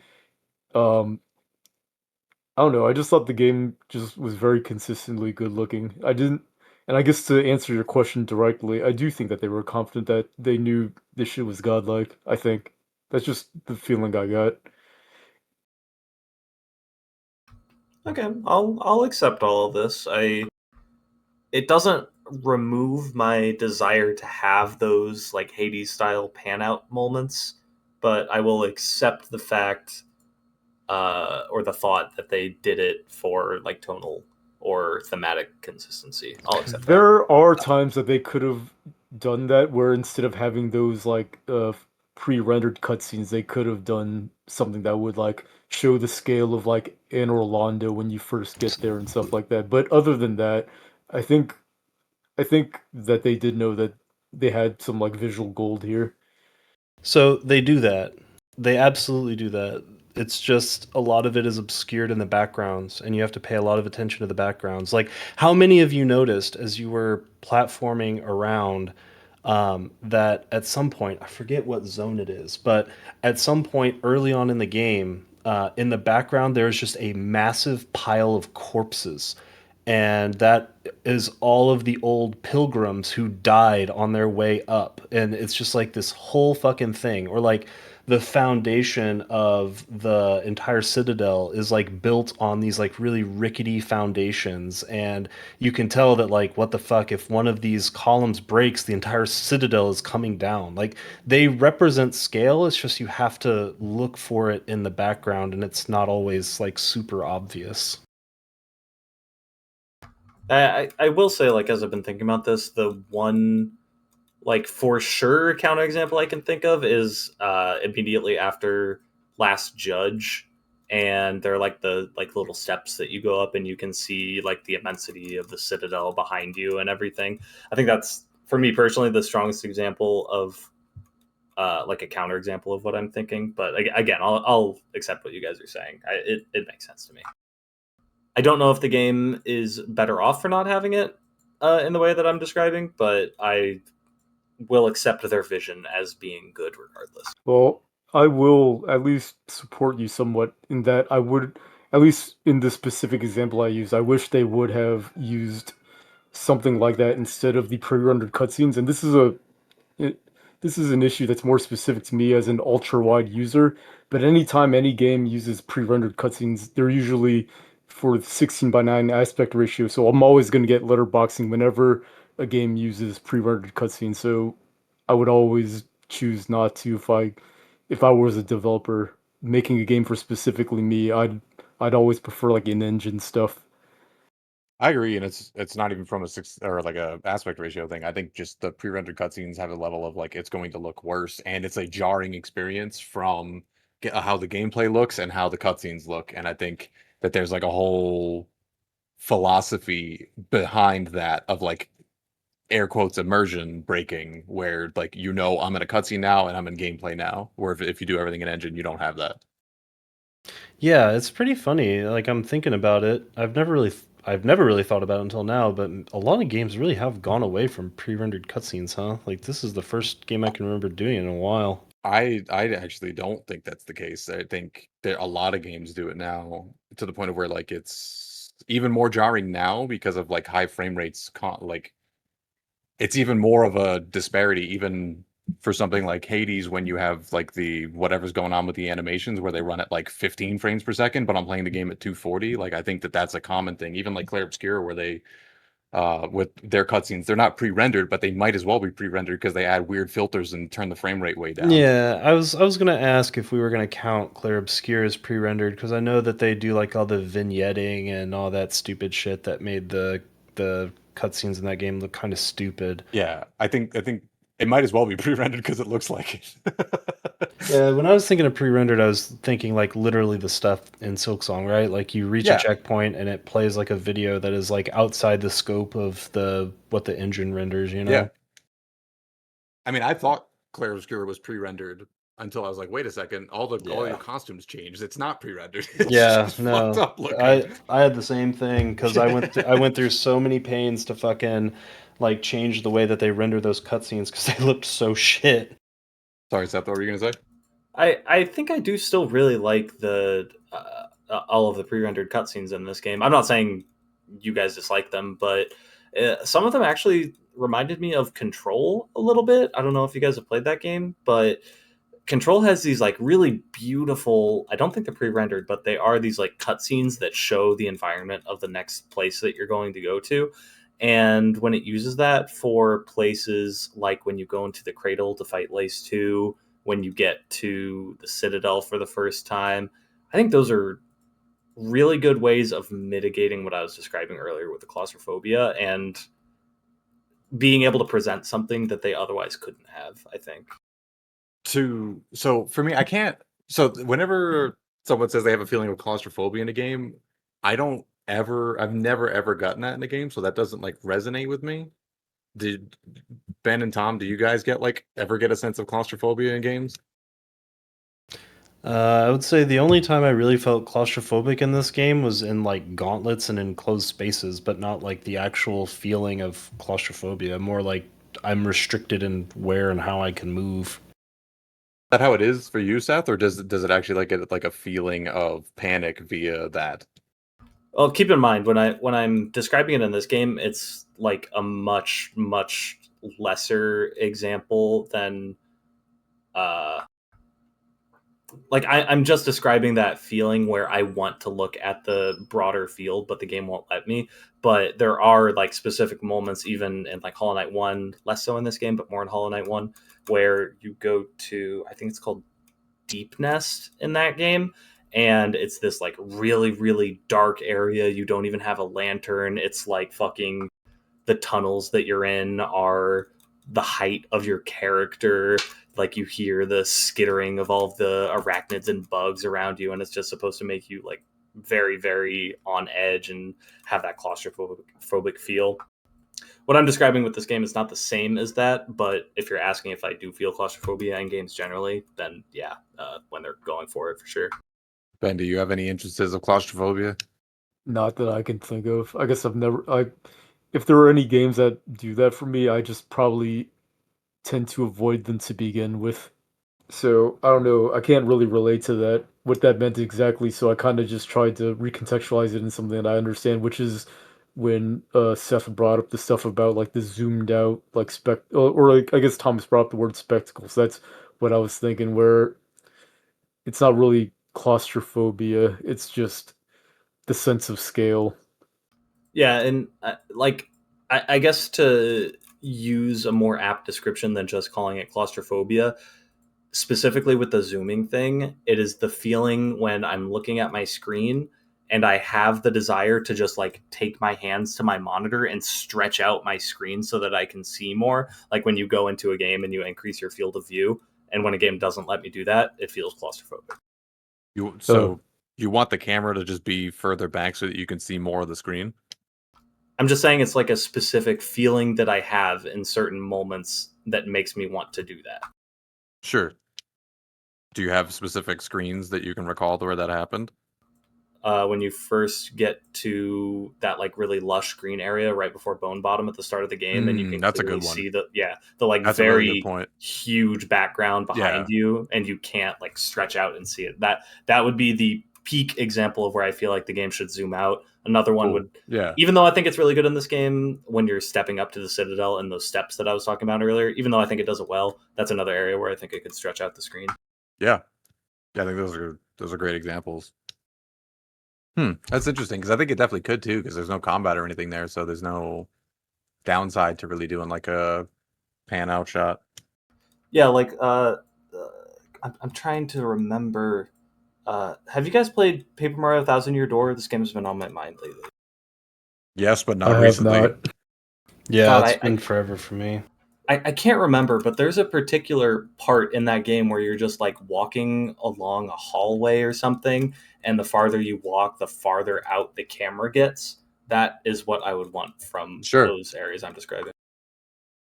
I think it's a good effect. Anyway, I feel like we've I feel like we've been on this topic for a little bit, and I didn't intend to. If you guys want to move on, Yeah, sure. I said like over an hour ago that we were going to talk about the act 3 being locked behind completing side content. Are you guys ready to go into that? I think y'all are. Yeah, I'm good. I'm hoping that we actually have some like conflicting views here. I don't have like a strong pivot into this topic, but I mean, what are the vibes? How do you guys feel? It sounded like Thomas liked it. You know, there was some Discord chatting going on between Thomas and Sesh about it. I'm a little bit mixed myself, but I guess like the main issue I have is what I was talking about earlier, where the main ending feels, I don't want to say half baked, but it feels narratively unsatisfying for sure for me, even if it's hinting at the fact that there is more past this. Like, if I just didn't care about this game and I was just kind of like playing it casually, I'm like, oh yeah, that was a fun game, I would not be satisfied by that ending. So here's the thing: you're thinking of it as an ending. Like, okay, sure, it shows the credits, but is that really what makes an ending? In my eyes, no. You are in a story with a 3-act structure, and we're calling the end of Act 2 the ending. That doesn't make any sense. So here's the thing: yes, the ending of Act 2 is absolutely unsatisfying, but if you watched the original Star Wars trilogy and you didn't know Return of the Jedi existed and you just watched Luke get his hand cut off, you'd be like, what the fuck? But there's a whole other like third movie to watch. And here's the thing. To me, unlocking Act 3 isn't about being a puzzle to be solved. It's more so that it's a challenge to be met. And so it's not that it's about discovering the solution that's important, but it's about demonstrating dedication to the world and the game. And I mean, it's not like this is an unprecedented feature in games, right? Like, you have to demonstrate a whole fuckload of dedication to get Undertale's true ending, right? Like, I've never even done it. And like, you have to go through the game in a way that you are a hero to everyone. You're not just like the foil to the villain, you are the hero of the story to the entire world. And that's what Silksong is asking you to do in order to unlock Act 3. It's saying you have to fulfill these requirements and you have to help so many people in order to like get yourself into a position where you can reach the satisfying ending. It's in a metroidvania format rather than like an RPG or whatever other format. And so like, all of the quests are representing the game's characters, their plights, and by completing those, you are proving your dedication to the world and its inhabitants. The same thing like with the fleas too, right? And so like, I don't see that as a flaw. I see it as like an intentional design decision that's contributing to the game's like just overall level of mystique and thematic consequence. So the game's not just asking you to go through the motions and do the minimum possible to reach your desired conclusion. It wants you to be so invested in the world that you are willing to go to great lengths to search for its ultimate truth and resolution. And to me, that's like peak Metroidvania. So Well, I agree with you 10,000%. I just want to ask a quick clarification because it might answer it for other people. I 10,000 agree with everything you said, and I think that Undertale was a like perfect example. At the end of Undertale, Flowey pops in and says, "Why don't you try to beat this game again and try to save everyone?" Why does this game obfuscate the existence of Act 3 behind doing that stuff without yeah, having a Flowey come in and tell you? Sorry, go ahead, Ben. yeah. So I don't know about like having it that explicitly told, but and this is echoing something that I saw Jordan talking about when you guys are talking about this in the Discord channel, where like, and I'm really loath to bring up this game as an example because the game's dog shit, but Mass Effect 3, for like the ending resolution, there was like a war assets meter that would build up. And I'm not saying that this game needed something like that. In fact, it would go against like their design sensibilities. But and again, I didn't do Act 3 or unlock it, but was there any kind of like indication that you were working towards something? Like No. when you completed more and more of these side quests, were there more villagers showing up that you could talk to and they were appreciative and they were like, I'm so glad you keep helping us and like like more of those guys like just appearing so that it Yes. seems so they did do that? Caretaker specifically mentions, wow, you are going around helping a lot of people. Like, Caretaker is the one who, what's the word I'm looking for? Like, broadcasts that, like, there is gonna be extra stuff. Okay, Caretaker so being the Yeah, guy in the High Halls village. what is that called? Songgrave? Is that the name of that place? Yeah, yeah, that's, Songgrave like yeah. evolves little by little. Okay, so in that case, I do agree with you, Thomas. I think that because I don't actually have a problem with like the arbitrary, like do this many side quests to get this many points, as long as there is some kind of like indication that you're not just spinning your wheels. Is it, like, obvious that there is an Act 3? No. Is it, like, extremely fucking opaque how you even unlock Act 3? Also, yes. I don't see that as a flaw though myself because I like these like super opaque, stupid, circuitous, psycho puzzles that like aren't really gonna be solved unless there's like a community effort.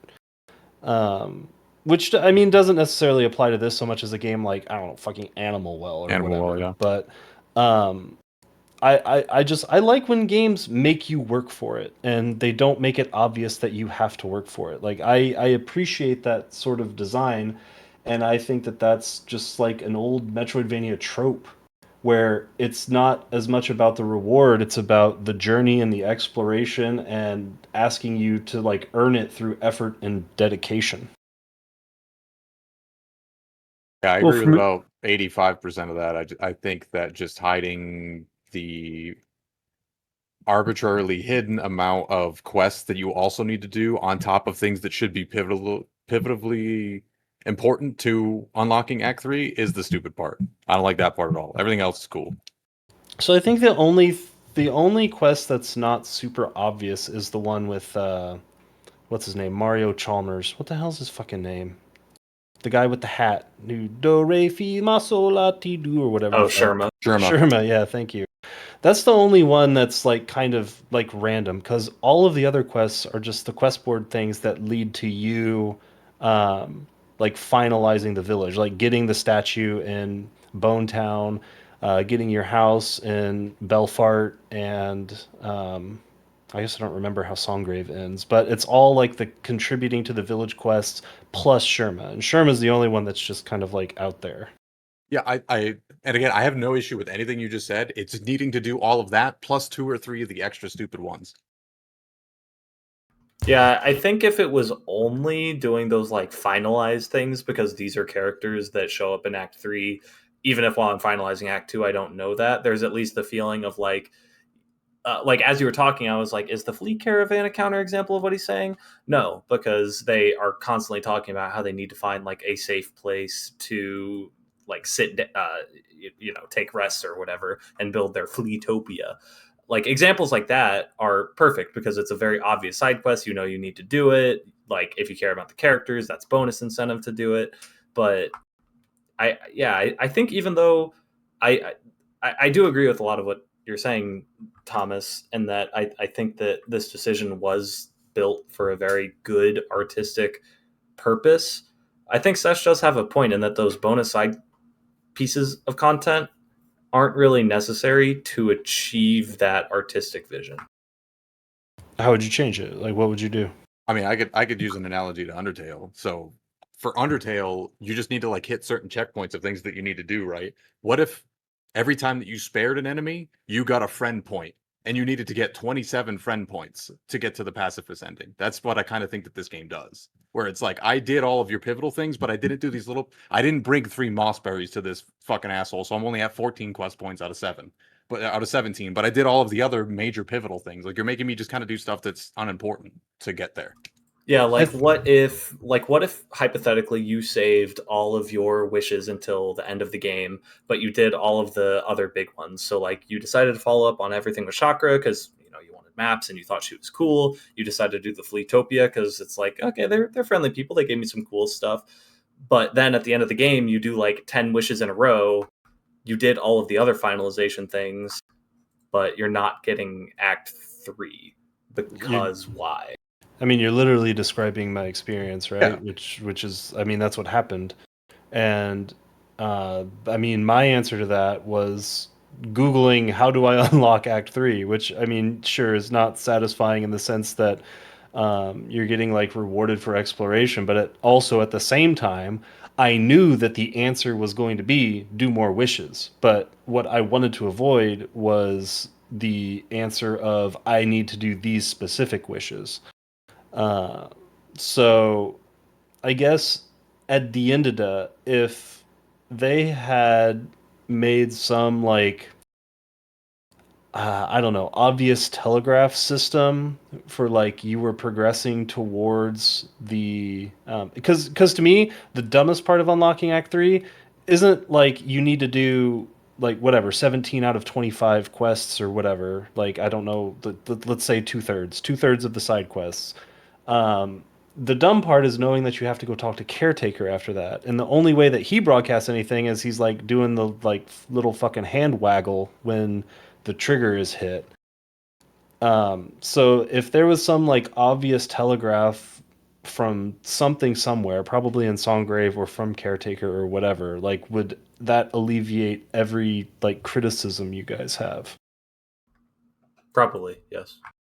If every time you went to him and he was like, "Oh my God, we're almost there," or if it was like even vague dialogue, like if it was like almost there, we're right there, we're at the precipice or whatever, when you kept doing wishes, then yeah, I think that that's like way better. At least from like a conveyance standpoint. Then I can just be like, I don't want to do these anymore. But then that's not even like what I'm complaining about. I'm complaining about not knowing what the prerequisites are. Yeah, I mean Or you can that's what I'm even saying. Like if there was some way to telegraph those, Yeah. like Yeah. and I think like there's a number of ways you could telegraph that. For me, if I were to change anything, I would change it so like when you talk to Caretaker while you're trying to unlock Act 3, he just says like, "This is the land of the destitute pilgrims" or whatever. Like he doesn't allude to anything that he may have like extra content in the future. I think if he like if the repeating dialogue that he has, so like once you exhaust all the dialogue options, if the last thing that he had was like, "Psst, hey, by the way, if you go help people, I'll build a trap." Yeah. I think that I think would fix literally every issue. Yeah, like obviously I don't think that a like counter like what Sesh was describing with Undertale would be the ideal kind of solve for this. It's very ham-fisted. It's not like resonant with the rest of the game. But yeah, something in universe to indicate that you are doing something to that end. Yeah, I don't mean display a counter for the record. I mean, if anything, like Oh, he would sure, just give sure. you more leading dialogue of like when you're at 12, then he says like this place is still pretty empty. When you're at 15, he's like, wow, we're building up an army Yeah. or whatever the fuck, you know? Yeah, I Yeah, guess like some level of change regularly as you're doing it Yeah. to indicate that you are making an impact, Yeah. like And what impact happens with the towards caravan. and impact towards something that's going to get you something rather than just like it's doing impact, but is this all going to be for naught? Are you doing the wrong shit? Yeah. I mean, again, I can agree that they could have done more there.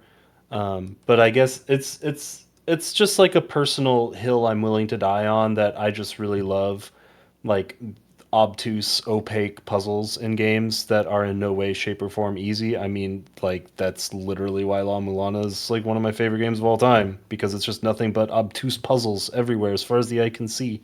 I mean, I would love it an indescribable amount more if all of those monuments that you went and talked around had some crazy cryptic puzzle that no Yep. one knows how to get to Act 3 because they spent 2 years working on encryption so that you couldn't data mine it. I think So this would be like this would be an unprecedented 11 out of 10 for me if they did something like that. there is an ending cutscene that is in the files that no one's gotten Yeah, yet. see, but that's the other thing where it's like I want it to be undata mineable. I want it to be so that's not you can't possible. find it. Are you? Well, I Are mean, you think yeah. you're not thinking of the mushroom guy, are you? Mushroom guy. Yeah, it's like one of the like super hidden endings. Are you talking about like the cursed child or whatever, twisted sister, whatever the fuck it's called? No, it's different. It's a big mushroom guy. You find him in like 7 different locations, and he gives you like cryptic hints as to where his next location will be, and that gives you like an alternate ending where it's just the main true ending, but you like see him flying off into fucking space at the end. That's definitely not what I'm talking about. The one I'm talking about is Okay. like an alternative Act 2 ending. I forget exactly what happens. You like turn into a no. I'm thinking of the Twisted Sister one where you like turn into a piece of wood. Mm-hmm. I know that there is an ending cutscene in the data files that no one has gotten yet, and I think the prevailing theory right now is that it's just cut content that they never like fully added, but it is there, and that could be wrong. Well, Sesh, I'm going to ask So you to put your money on the line right now. If that secret ending that no one has found is I related to all of those hints, Well, if so there's I'm an Act r- 4, real yes. quick, real quick. I'm just gonna say this as a Unity developer. The way that assets work when you build the game is that if you don't use it, it doesn't get packaged up. So to me, knowing nothing else, I do think that you can get that ending. It's that it's not cut. Otherwise, it just wouldn't be in the packaged files to be data mined. That's because it's a Unity game specifically. Well, there you is go. it like 0% chance that they just forgot to take it out somehow? If it's referenced somewhere as like as a like as if someone like dragged it somewhere, like I assume it's a video file, right? So if it's like dragged into a field and it's just never used, then yeah, I guess it would be packaged up. But yeah, so I guess that is possible. The mystery deepens.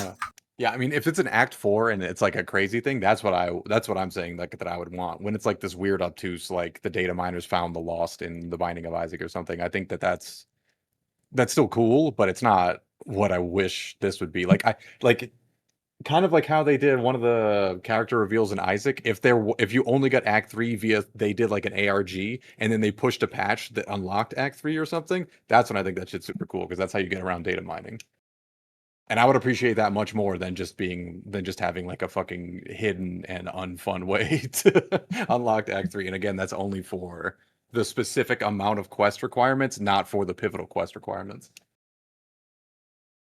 Yeah, I don't know. For me, I still, A, like, it doesn't bother me, and B, I don't think of it as 17 out of 25. I just think of it as do 2/3 of the quests and you're good to go, which, I don't know, for me, like, softens the blow for whatever arbitrary reason.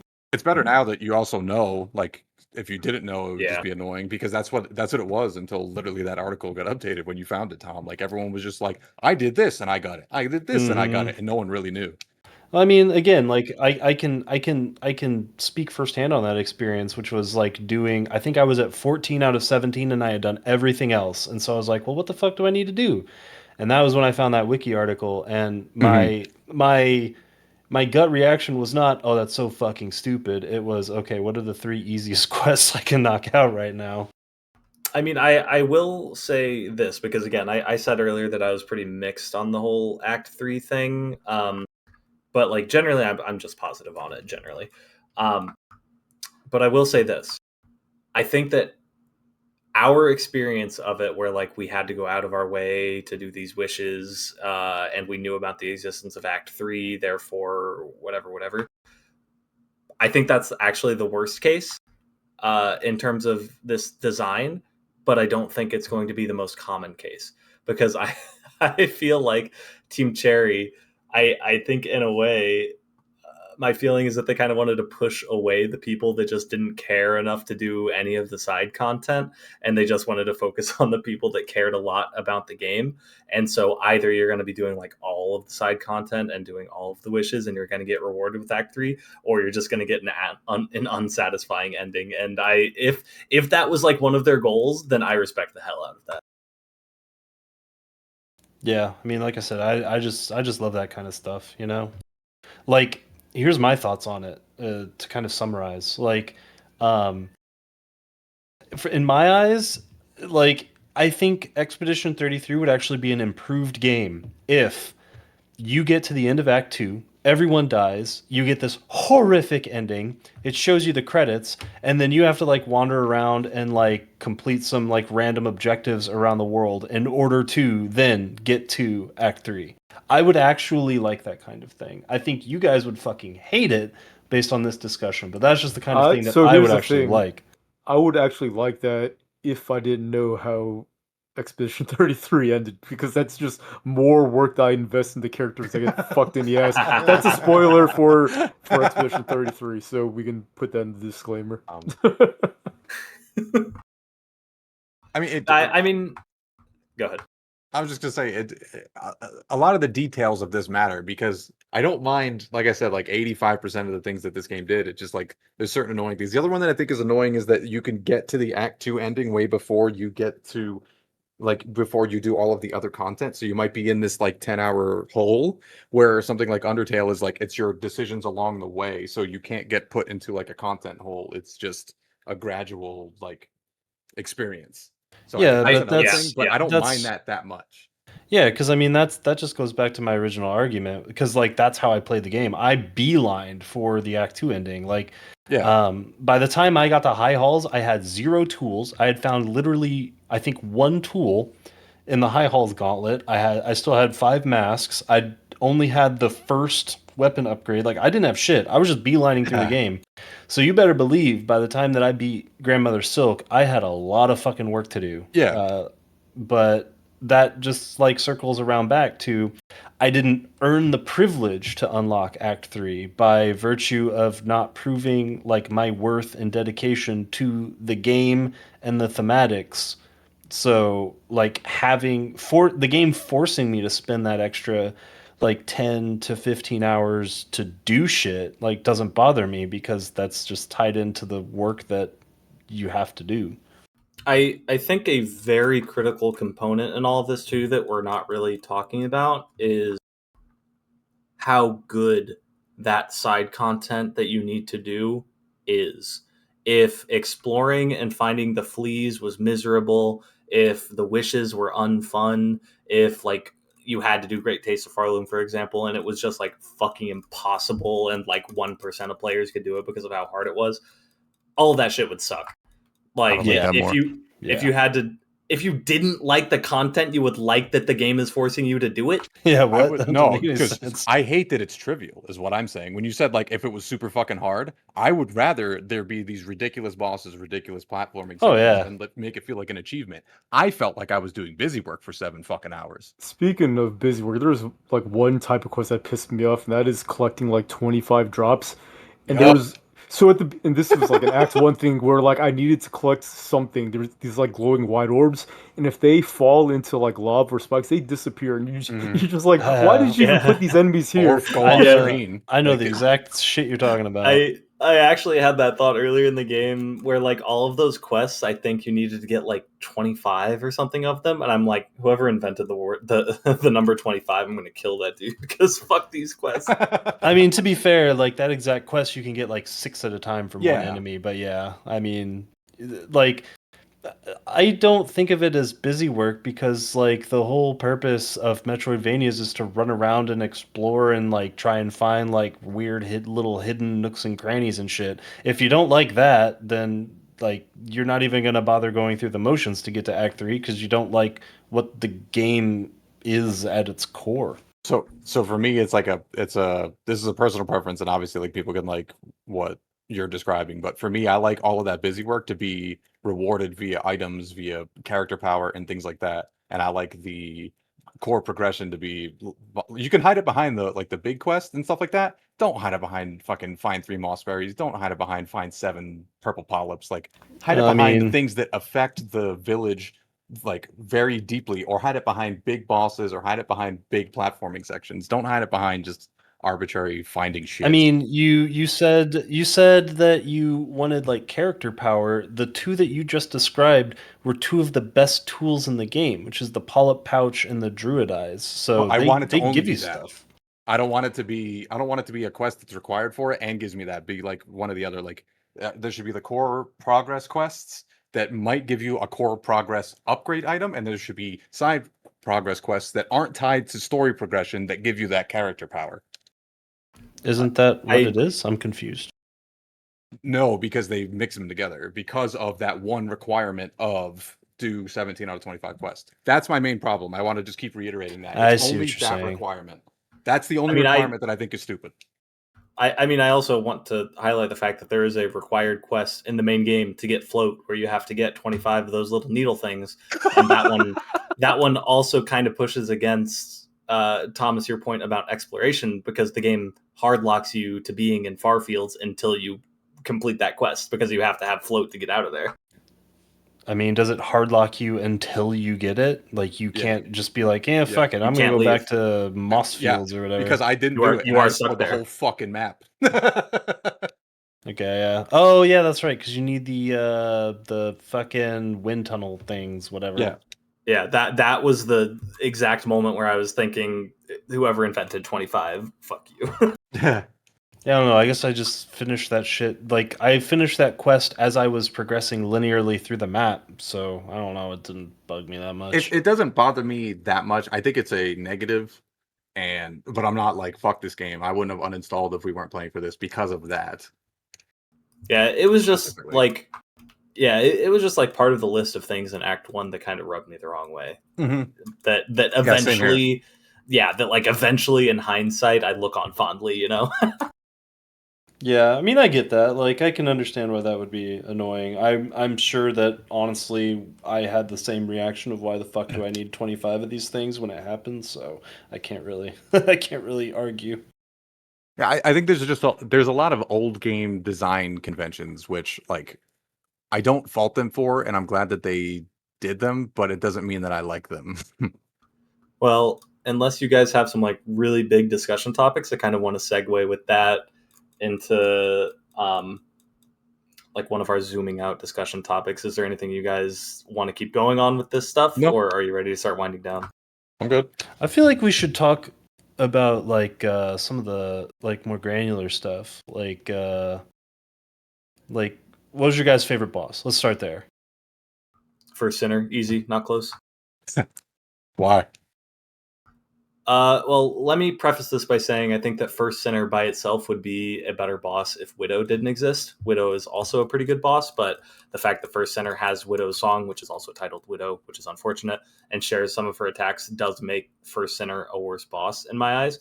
But despite that, I think that that is the peak example of a boss that I think Thomas was describing earlier in the chat, where it's like you just get into this flow state and like I wasn't even thinking when I'm in the like back half of that boss and everything is going super fast. I'm just like acting purely on instinct and like, oh, okay, big circle attack. I need to hide here. Okay, she's doing healing. I need to zoop bop boop. Okay, I interrupted her healing. And it's just so fast and a lot like with Carmelita too, who is probably my second favorite boss. It's a part of a boss design in this game that I love where let me back up a little bit. I apologize. I'm going into a broader point that I had that I forgot to write down, so I'm going to bring it up now. I had this like really strong feeling, and this is going to be incendiary. I had this strong feeling in like Act 1, early Act 2, that Team Cherry was super lazy with this game.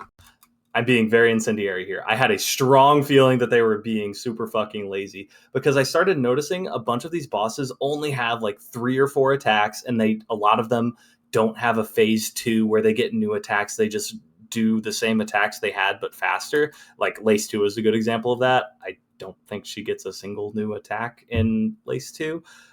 That boss is great, to be clear, but it just supported that feeling where I felt like they were being lazy. But by the end of the game, and especially once I got to First Sinner, I realized like this shit is just fucking awesome. Like this is the like epitome of just designing a really good boss, and you just make it harder by asking you to do what you need to do in the base boss, but better and faster. And as someone that raids Mythic and World of Warcraft, I love that shit. And I think First Sinner is like one of the first examples of a boss that highlights that really well.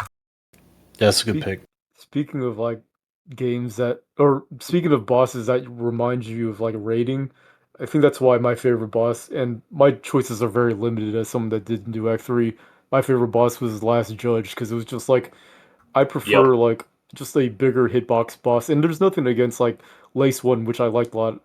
But like, and it's not like I hate bosses like Artorias, like these like even like quote unquote fair fights with like similarly sized characters, but to me, like bosses like Lace 2 specifically, where it's like fucking input reading you,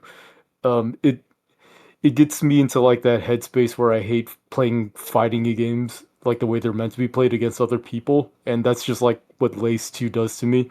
And that's why I like something like Last Judge, where it's more like a raid boss, where it's just like very clear, telegraphed attacks, a lot of variety in the attacks that are like she's got like lots of melee attacks and ranged attacks and attacks that fill the screen with like safe spaces, kind of like if you're doing an MMO raid. And yeah, that's why it's my favorite boss. And I know that the run back is like lengthy, but because I modded that out, it was a non-factor for me. Yeah, Last Judge is a good shout. I also think that boss has an underratedly good song that plays. Yeah, Last Judge is awesome. I think if Act 3 didn't exist, Last Judge might be my favorite too. Yeah. Either that or Lace 2.0. So I don't know if like if Lace 2 is actually coded to input read, and according to you, Tom, because I guess she's not, but she still encroached on that like David Serlin mindscape for me, where I didn't like the fact that I was being bested by an equal. It was just frustrating. What was your favorite, Jordan? So like mechanically, I didn't think that any of the bosses did anything that were like super standout from one another. Like the boss design felt very like similar to me, and I think it's all really good. But so my favorite bosses aren't related to mechanics; it's more related to like kind of the theming of the boss. And so the two of those would be, I think the cogwork dances were super cool because, and a big reason for that is after you kill the first one, you have the expectation of, oh, the fight's about to get real now. But it's kind of like a Bizarro, Ornstein, and Smo situation where instead of it's real, this is just sad now, and then he just kind of leaves because he doesn't want to fight you anymore because his partner's dead.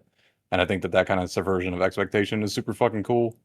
And then the other obvious one for presentation of a boss is just Trobio. Just, I mean, like, if you do the boss, then True. it's just like, yeah, he's just kind of spectacular and just kind of like fun to fight and doesn't feel like he's Yeah. kind of this like insurmountable being. He just kind of feels like a doofus that you're fighting for reasons.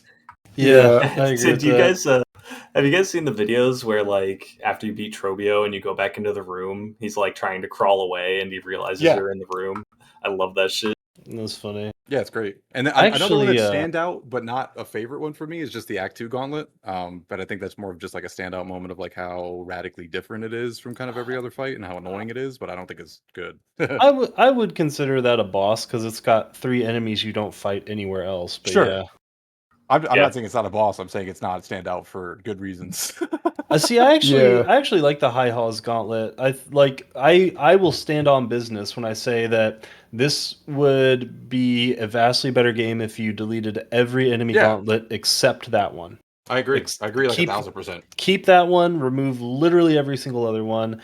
If you want to crank up the health on some of the bosses to like compensate or whatever, but yeah.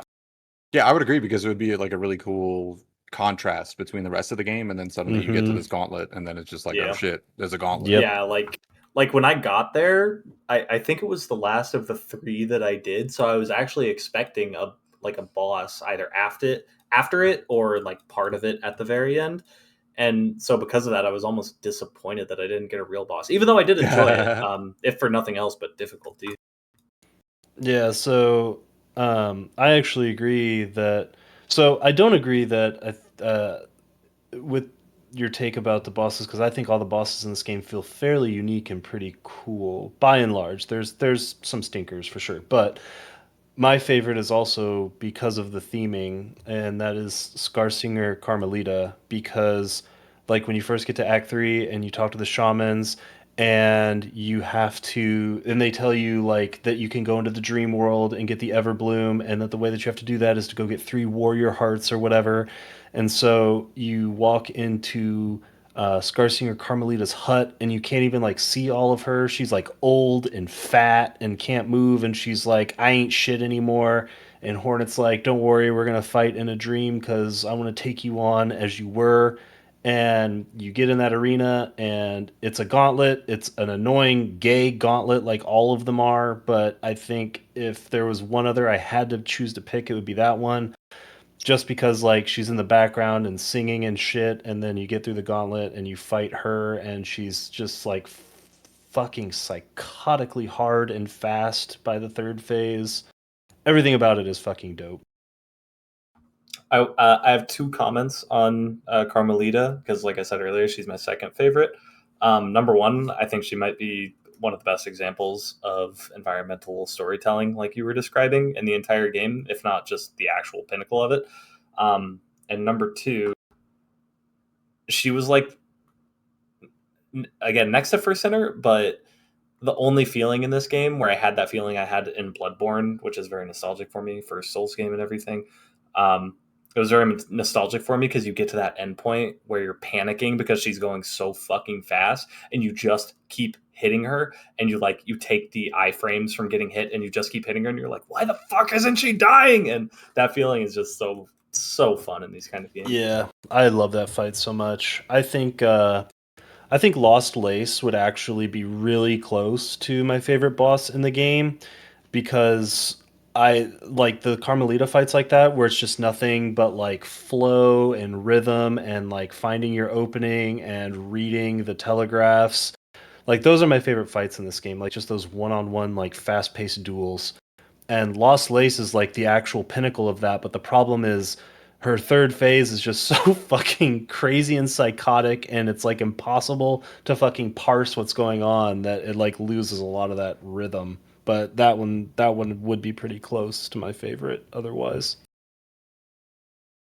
I think the worst part about Lost Lace is how you get the like junk in the foreground that starts blocking your vision on the edges.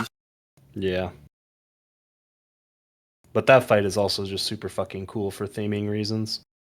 Yeah, for sure. I think like narratively that end boss is fantastic. Even if I wish that Grandmother Silk was a little bit more involved.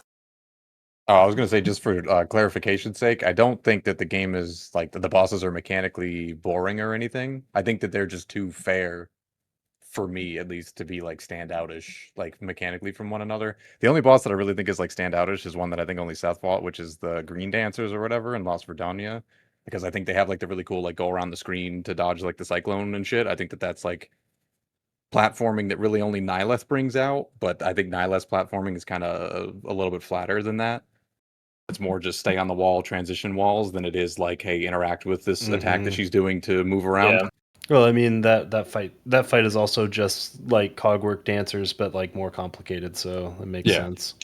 I do agree with you, Jordan, in the sense that like I feel like this game gives you so many tools that they could have afforded to make some unfair bosses. Yeah. Like I said, the only time where I feel like I was truly asked to use my entire moveset in the game was the Path of Pain platforming above Grandmother Silk, and like unfortunately that kind of was it. Yeah, honestly, I think like Jordan's fault here is that he's just a fucking god gamer. So, like, and I mean that unironically. I think it's cool that they designed everything fair. Like, surprisingly, I was surprised. Yeah, it was just crazy to see like, oh wow, there's no bullshit. There's no like telegraphed attack followed by like untelegraphed, or like telegraphed attack followed by like 3 different branches it could go in. Like everything was like a sequence basically. Yeah, see, I like those fights though, because to me that's like it's almost like a puzzle, right? Like I think Lace 2.0 is like the best example of that, maybe, where like the first time you fight it, it feels just so fucking obnoxious, but by like the 5th or 6th, then like you know exactly what she's gonna do and when she's gonna do it, and you just have like that like split second like time to make the decision based on what you see. Those are just my favorite fights. Yeah. Even though I really liked Lace 2.0, she might even be in like my top 3 or top 5. To be clear, as I say this, I had a sense of like almost rock paper scissors when I was fighting her though, because she has like 3 primary telegraphs for her stuff, and you just need to either like jump or move through her, and I don't know, it Yeah. felt somewhat binary. I mean, I felt like that's kind of what I'm alluding to with most of the bosses are kind of just that. Like you just have to know the 4 things they're going to do, and you know what your responses are to those 4 things, and then it's just executing those 4 things. Like, Yeah, it didn't feel dynamic. Yeah. No, yeah. Yeah. And yeah, I mean that's kind of what I'm saying is that like I like that design to some Yeah. extent. I think um like the reason why I said I don't like Lost Lace is because in that, well, I do like Lost Lace. It just like kind of falls out of like my super top tier favorite spots because the 3rd phase just loses that aspect of it where it just becomes way too much fucking chaos. Like, because I like that feeling of like feeling like I'm in a controlled rhythmic dance with the boss, you know? Yeah. I think Oh, that's what the game does super well, because I mean, I think it just does that and just does it over and over again and builds on it and all of that. So anti shout out. I thought the Grandmother Silk was way too fucking easy. Like way too easy. Same. I think she needed another phase or something. I agree. Like, It is really cool when you get hit by that 3 mask attack, though. That thing looks dope. Yeah, don't get me wrong. Visually, she's fucking yeah. stunning. Like maybe the best in the game. But yeah, just way too easy. incredibly easy to hit. Her attack pattern is easier than like fucking every other boss, I swear. But yeah, no, cool boss. She's like a watered down version of Radiance. You don't even have to like jump to hit her. Which I think was intentional, but yeah. And I think all the bosses are super satisfying because of how fair they are. Like, even though it's easy, it was still fun to fight the bosses and take the bosses down. Yeah, I agree. I don't want to make it sound like it was a bad experience. Yeah, no, I get what you're saying. And even like in spite of that, like I can get what you're saying because like honestly, the only bosses I struggled with 3 bosses in this game. The High Halls Gauntlet, which again I'm counting as a boss, that took me fucking forever. Carmelita took me fucking forever, and Lost Lace, which took me slightly less than fucking forever. I also just want to mention here, because it's like mostly related to bosses. I've said a million times tonight that Bloodborne was my first Souls game, and it might be like my second or third favorite game of all time, something like that. I think that if Silksong was my first like Souls-like Metroidvania style game, it's very possible it would be my favorite game of all time. I think that like a lot of these quote unquote issues we're having are because most of us are fucking god gamers, and if we just didn't have the experience that we did, I think that all of this would feel a lot more challenging than it is. Yeah, no, 110% agreed. Like, um, I've talked up and down how much I can't stand how games steal design philosophy aspects from FromSoft. Like the next time someone adds a dodge roll with iframes in a game, I'm just going to uninstall it immediately. But I think this game is maybe one of, if not the only example of a game that did it really, really, really well, which I guess I've already said, so. I do also want to shout this game out for not giving you a dash with iframes like Hollow Knight 1 did. I thought that was really cool. True. I mean, I love dashes and I hate dodge rolls, so I don't really care if the dash has invincibility, but yeah, just give me a quick movement option that doesn't slow down in the middle of it. I think the only like redeemable version of that is if the dash is also like obscenely powerful, like it is in Hades. Like I like the Hades version of it where you just fucking spam it by virtue of having to, but it doesn't feel like something you really have to time like all the time. You know what I mean? In Hades, I think it's also the fact that I'm only finding this in some of these like late game builds I'm doing, but like your dash becomes a pretty important component to your damage, like because you can upgrade your wounds and shit. Yeah, for By sure. dash, I don't want to like belabor it since it's Hades. By dash, do you mean sprinting or like just dash? The Just dash pressing, into just the pressing sprint. A. Okay. Yeah, I mean really both, but yeah, I'm mostly just talking about the dash. Yeah. I just don't want my dash to slow down in the middle of it, which is what makes it a dodge roll. I just want it to go fast. I don't care if it has iframes or not. Just don't Agreed. encumber me. All right, I want to ask you guys what your favorite songs were in the soundtrack, and I also want to ask Thomas if he thought that this game's soundtrack was better than Hollow Knight 1. I can tell you my favorite song, and because it's probably the most memorable one, because it's like pretty standouty, is the Cogwork. I don't remember what it's called anymore. I want to say Cogwork Downs, but I don't think that's right. Core? Cogwork Dancers. Cogwork Core. Cogwork Core. Oh, Cogwork Core. Yeah. Yeah, because of like it's pretty like standout and kind of has like a nice groove compared to like the other songs that like because it's very atmospheric, and I Yeah. think to not be Tom but answer your question that was directed towards him, I think Hollow Knight 1 is more memorable, but I think Silksong is more atmospheric and for the game rather than a standalone soundtrack. I would agree with that. So my favorite part of Hollow Knight is the soundtrack. Like I actually own the fucking vinyl of it, even though I'm not like the biggest fan of that game. And I think I would agree with Jordan in that Hollow Knight has higher highs, but I think the average of Silksong is better. I would say my biggest criticism of the Silksong soundtrack is that there's not enough like banger anger fucking boss themes. My favorite song is the one that plays in choral chambers. I think that song's great. Yeah, that's a good one.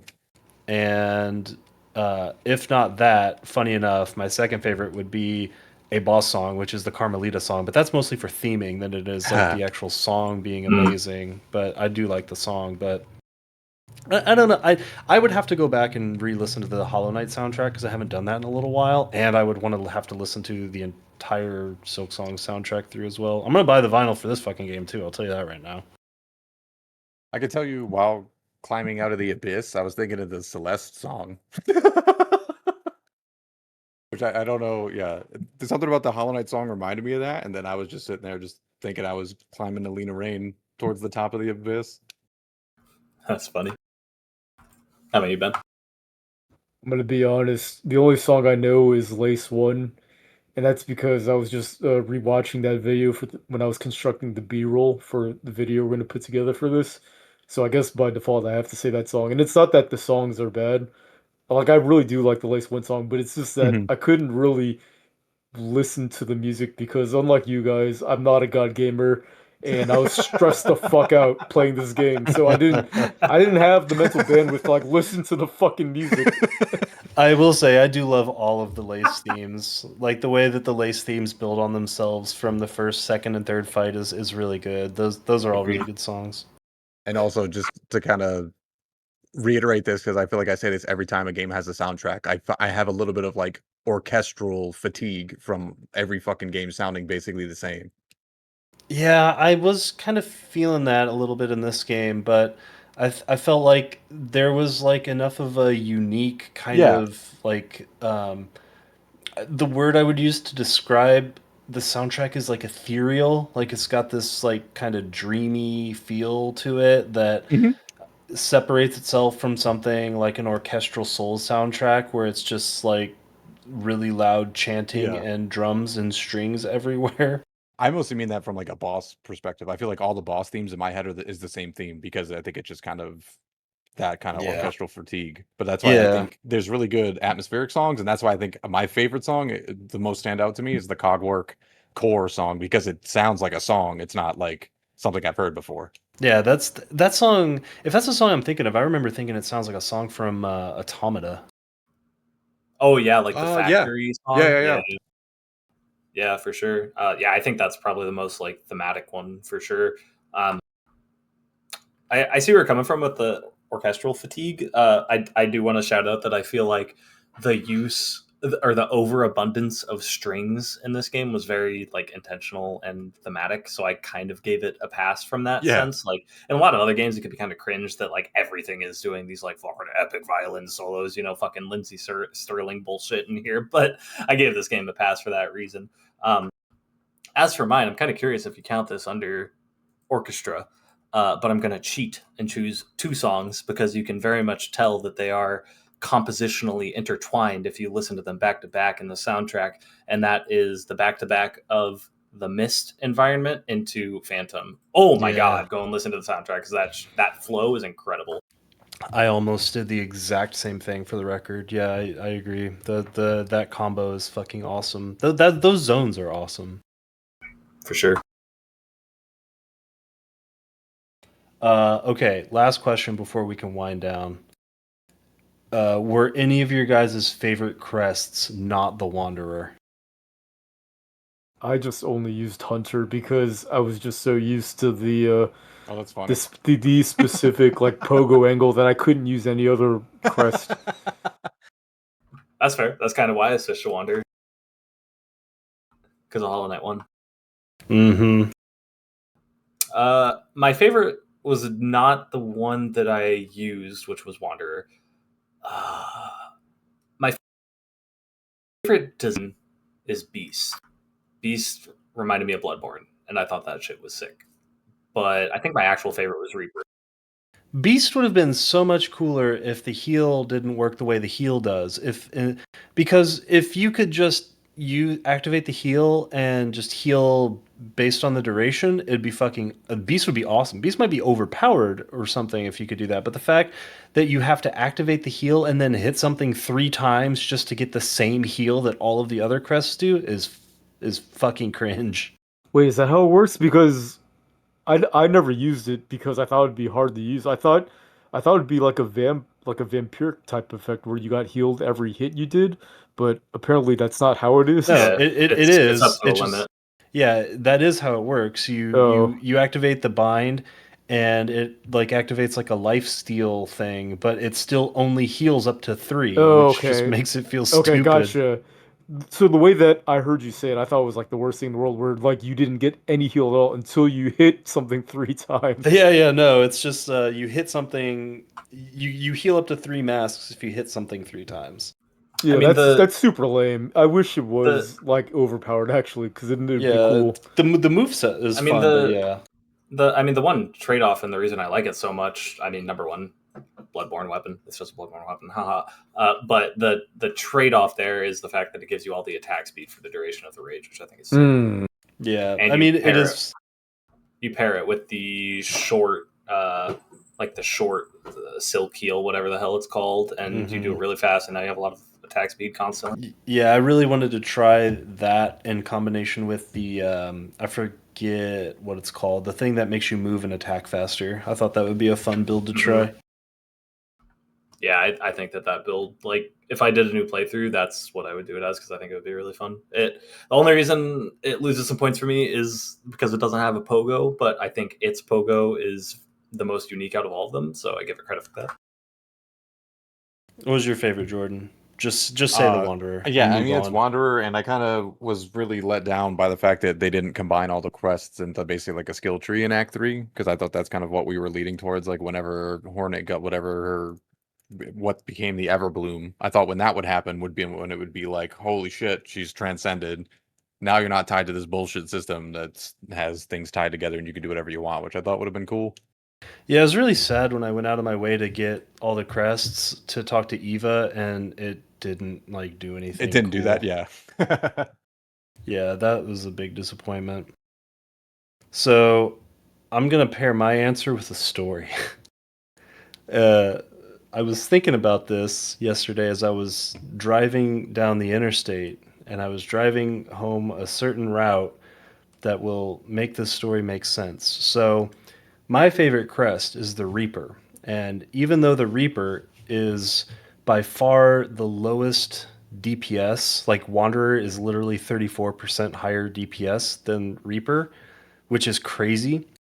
Or wait, it might be even more than that. I can't remember. But regardless, I really like the Reaper because it plays into my playstyle that I was describing earlier, where I really like being in those controlled, rhythmic, like scenarios because I thrive really well under chaos and I can just keep my mind clear. And what was making me think this was I thought back to a story of when I was in college.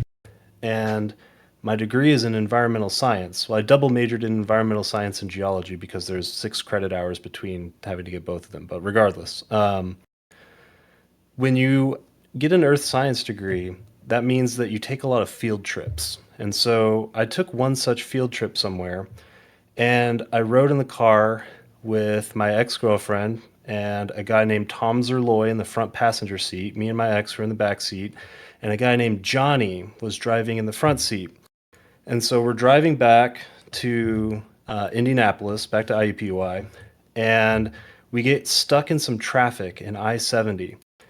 And Johnny looks over to Tom, different Tom, who's like this really straight-laced guy, like kind of no-nonsense sort of anxious guy, like you can tell would not be like a very big risk taker sort of dude, you know what I mean? And he looks over at Tom and he just goes, you want to see why they call me Johnny Tsunami? And Tom just looks at him and goes, no. And so what Johnny does is he fucking guns his Mitsubishi Lancer into 5th gear and drives in the emergency lane past all of this traffic at like 95 miles per hour. And then he gets off on the exit, starts weaving through like 5 lanes of traffic just to get like 2 miles back to school. And the entire time, Tom Zerloy is just like white knuckle gripping the armrests on his seat. My ex is like slapping me on the shoulder, like, do something, tell him to stop. Like, what is this? And I'm just sitting there with a smile on my face because it's just like, I ain't gonna bother this dude. Like, if whatever happens, happens in this motherfucker, but God knows I'm not gonna interrupt this guy while he is doing this shit because then we will definitely die. So I was just thinking, I was like, man, that's like really analogous to why I like the Reaper because in like chaos scenarios like Lost Lace and fucking Carmelita, I just want old reliable that I can just poke, I can be calm, I can stay in that flow state in the middle of chaos, and I can just think about fucking Johnny Tsunami driving 95 miles an hour down fucking I-70 in the emergency lane. And that's my story. That is not at all the metaphor that I thought you were going to compare those two things with. Oh, Johnny All fucking reliable. Tsunami. I wonder what that dude's up to now. Sounds like he's dead. I know he dropped out. You want to know why they call me Johnny Tsunami? No. It just cracks me up. Just Tom in his fucking baseball cap, just looking him straight in the eyes, just going, no. And fucking Lindsay that's good. smacking my shoulder, freaking the fuck out. Oh, Jesus. All right. We are approaching 3 hours. I have a question that we can touch on. It might be a long one, but I'll kind of leave it in your guys' court for how long you want to go with it. But just be mindful. We're almost approaching 3 hours. As kind of got brought up earlier with Sesh a little bit, where this game feels a little bit stuck in the past, I think, with some of its design choices, is basically what you said. And the question I want to ask you guys as we zoom out, did this game become more than its inspirations, that being Dark Souls or in the Blind Forest, Metroidvanias? Did it become more than those inspirations, or is it stuck in the past and adhering to what worked 10 plus years ago? I mean, I guess I just have to by default say no because I had to mod the game extensively to my liking, but maybe that's not fair. But I guess that's just my gut feeling that it's just, at least when it comes to the Dark Souls inspiration specifically, I do think it's just stuck there, and there's just no reason other than they wanted to make it like Dark Souls. When it comes to stuff like Metroidvanias, I think this is like strictly just in Metroidvania mechanics and like combat exploration and stuff like that. I think this is probably the best Metroidvania I've ever played in my fucking life. We do need to play La Mulana for Tash. Ben's gonna hate that game. He wouldn't I like it. Yeah. have I mean Oh, I've yeah. played both La Mulana 1 and 2. I've just never beat them for what you guys could probably think of as obvious reasons. Didn't you get decently far into 2? I got far in 2. I got pretty far in 2. But I did not beat it. I don't think it's a bad thing that this game is like an old game in its design. I think it's just a little too committed to old game design. Because I know one of the inspirations for Hollow Knight 1 is Fazanadu, which you guys probably don't even know what that is. It's a game, it's like an adventure game from like 1991 or something for the NES, might be 1989. But like it's like a super old game. Think of like kind of Castlevania Simon's Quest style game, but a little bit less bad. So I think it does those games good justice, especially keeping them in like a modern lens. But I think it's kind of, if this game came out in like 1997, like Symphony of the Nighttime, it'd probably be like one of the best games of all time. And like it would probably be like insurmountable, but I think it's kind of a little too old game pilled to kind of crack into like the Hall of Fame, at least for me. Yeah, I would agree that I think that this game does like stop short of like being in the pantheon. I think it's probably my third favorite Metroidvania, I'm gonna say. But like the distance between third to second to first is all very fucking large. Is Lama And Lana 1 and 2 1 and 2? well, honestly, I like Llama Llama 1 more than 2, but guess I was kind of considering those a package deal in my head, which is probably not right, but What's the other one then? Super Metroid. Mm. Uh, I don't know if I necessarily agree that this game is too rooted in like when we say old games, right? When I think of old game design, I am thinking of like I actually am familiar with Fazanadu. I actually played that fucking game. So I'm thinking of like that. I'm thinking of like the old Metroids. I'm not thinking of like Dark Souls, which obviously this game again steals some inspiration from. But like from that perspective, I don't think that this game sharing some level of DNA with old games is. I don't even know how true that feels, to be honest with you. I feel like it's more rooted in like more modern conventions because I consider all of the FromSoft shit to be very modern, like game design philosophy. So I guess I'm more I curious. disagree with that very strongly because the whole Why? Dark Souls like design motif is all from Wizardry, which is ancient history. Yeah. I guess I've never played those games, so It's I from can't even comment. Wizardry past to Kingsfield, past to Dark Souls. Yeah, I never played Wizardry, so if that's true, then yeah, I just didn't know that. But I guess like I don't feel like it's stuck in the past because again, like with my frame of reference, at least I don't feel like it is in the past at all. At least insofar as like early Metroidvanias and stuff. So I guess I'm throwing this question back at you guys and asking you, what is it that makes it feel so old game pilled? I think that it The lack of the ability to get to a fast travel point until Act 3 is extremely weird, because that should just be a convention that's there all the time, because they basically have that via save and quit, so it almost seems like an oversight in arbitrary design. I think you should get it after you beat Grandmother Silk. Again, I do agree with that for the record, but again, when I think of FromSoft games and Dark Souls games specifically as being more modern, like that's how that first game worked. Like you did not get fast travel until you beat Ornstein and Smo. But that, yeah, and I don't necessarily think that like it's an old pill thing. I think that's like Jordan's hill. But I was thinking about like the fact that I didn't even see that fast travel thing, which I know is like analogous to kind of like how you get to Anne Orlando and then you suddenly get fast travel in Dark Souls 1. And to me, that's just another example of them just copying Dark Slop and just for the sake of it. And maybe that's again unfair for me to say, but it's just I don't know. No, I I'm just don't. calling it how I see it. I don't think that's unfair because I think that that's true by and large. But like, I'm just saying I don't consider those games old. I guess like Dark Souls 1 is like what 2011. The game's not even Yeah, 20 like years old. that. Yeah, and that's why I say that it's not being old pilled specifically because like that wouldn't be in Wizardry. In Wizardry, you just don't have fast travel. Period. Yeah, I think like the Rosary system is another one that's very old game style currency from it's like a Zelda 2 style currency of when I think of what the rosaries are. And then also Well, all the also, breakable walls is a fairly old game convention. No one really does that anymore in Metroidvanias. I do hate that shit. Like a lot of Hollow Knight, Silksong specifically feels like the games that inspired La Mulana, the MSX version.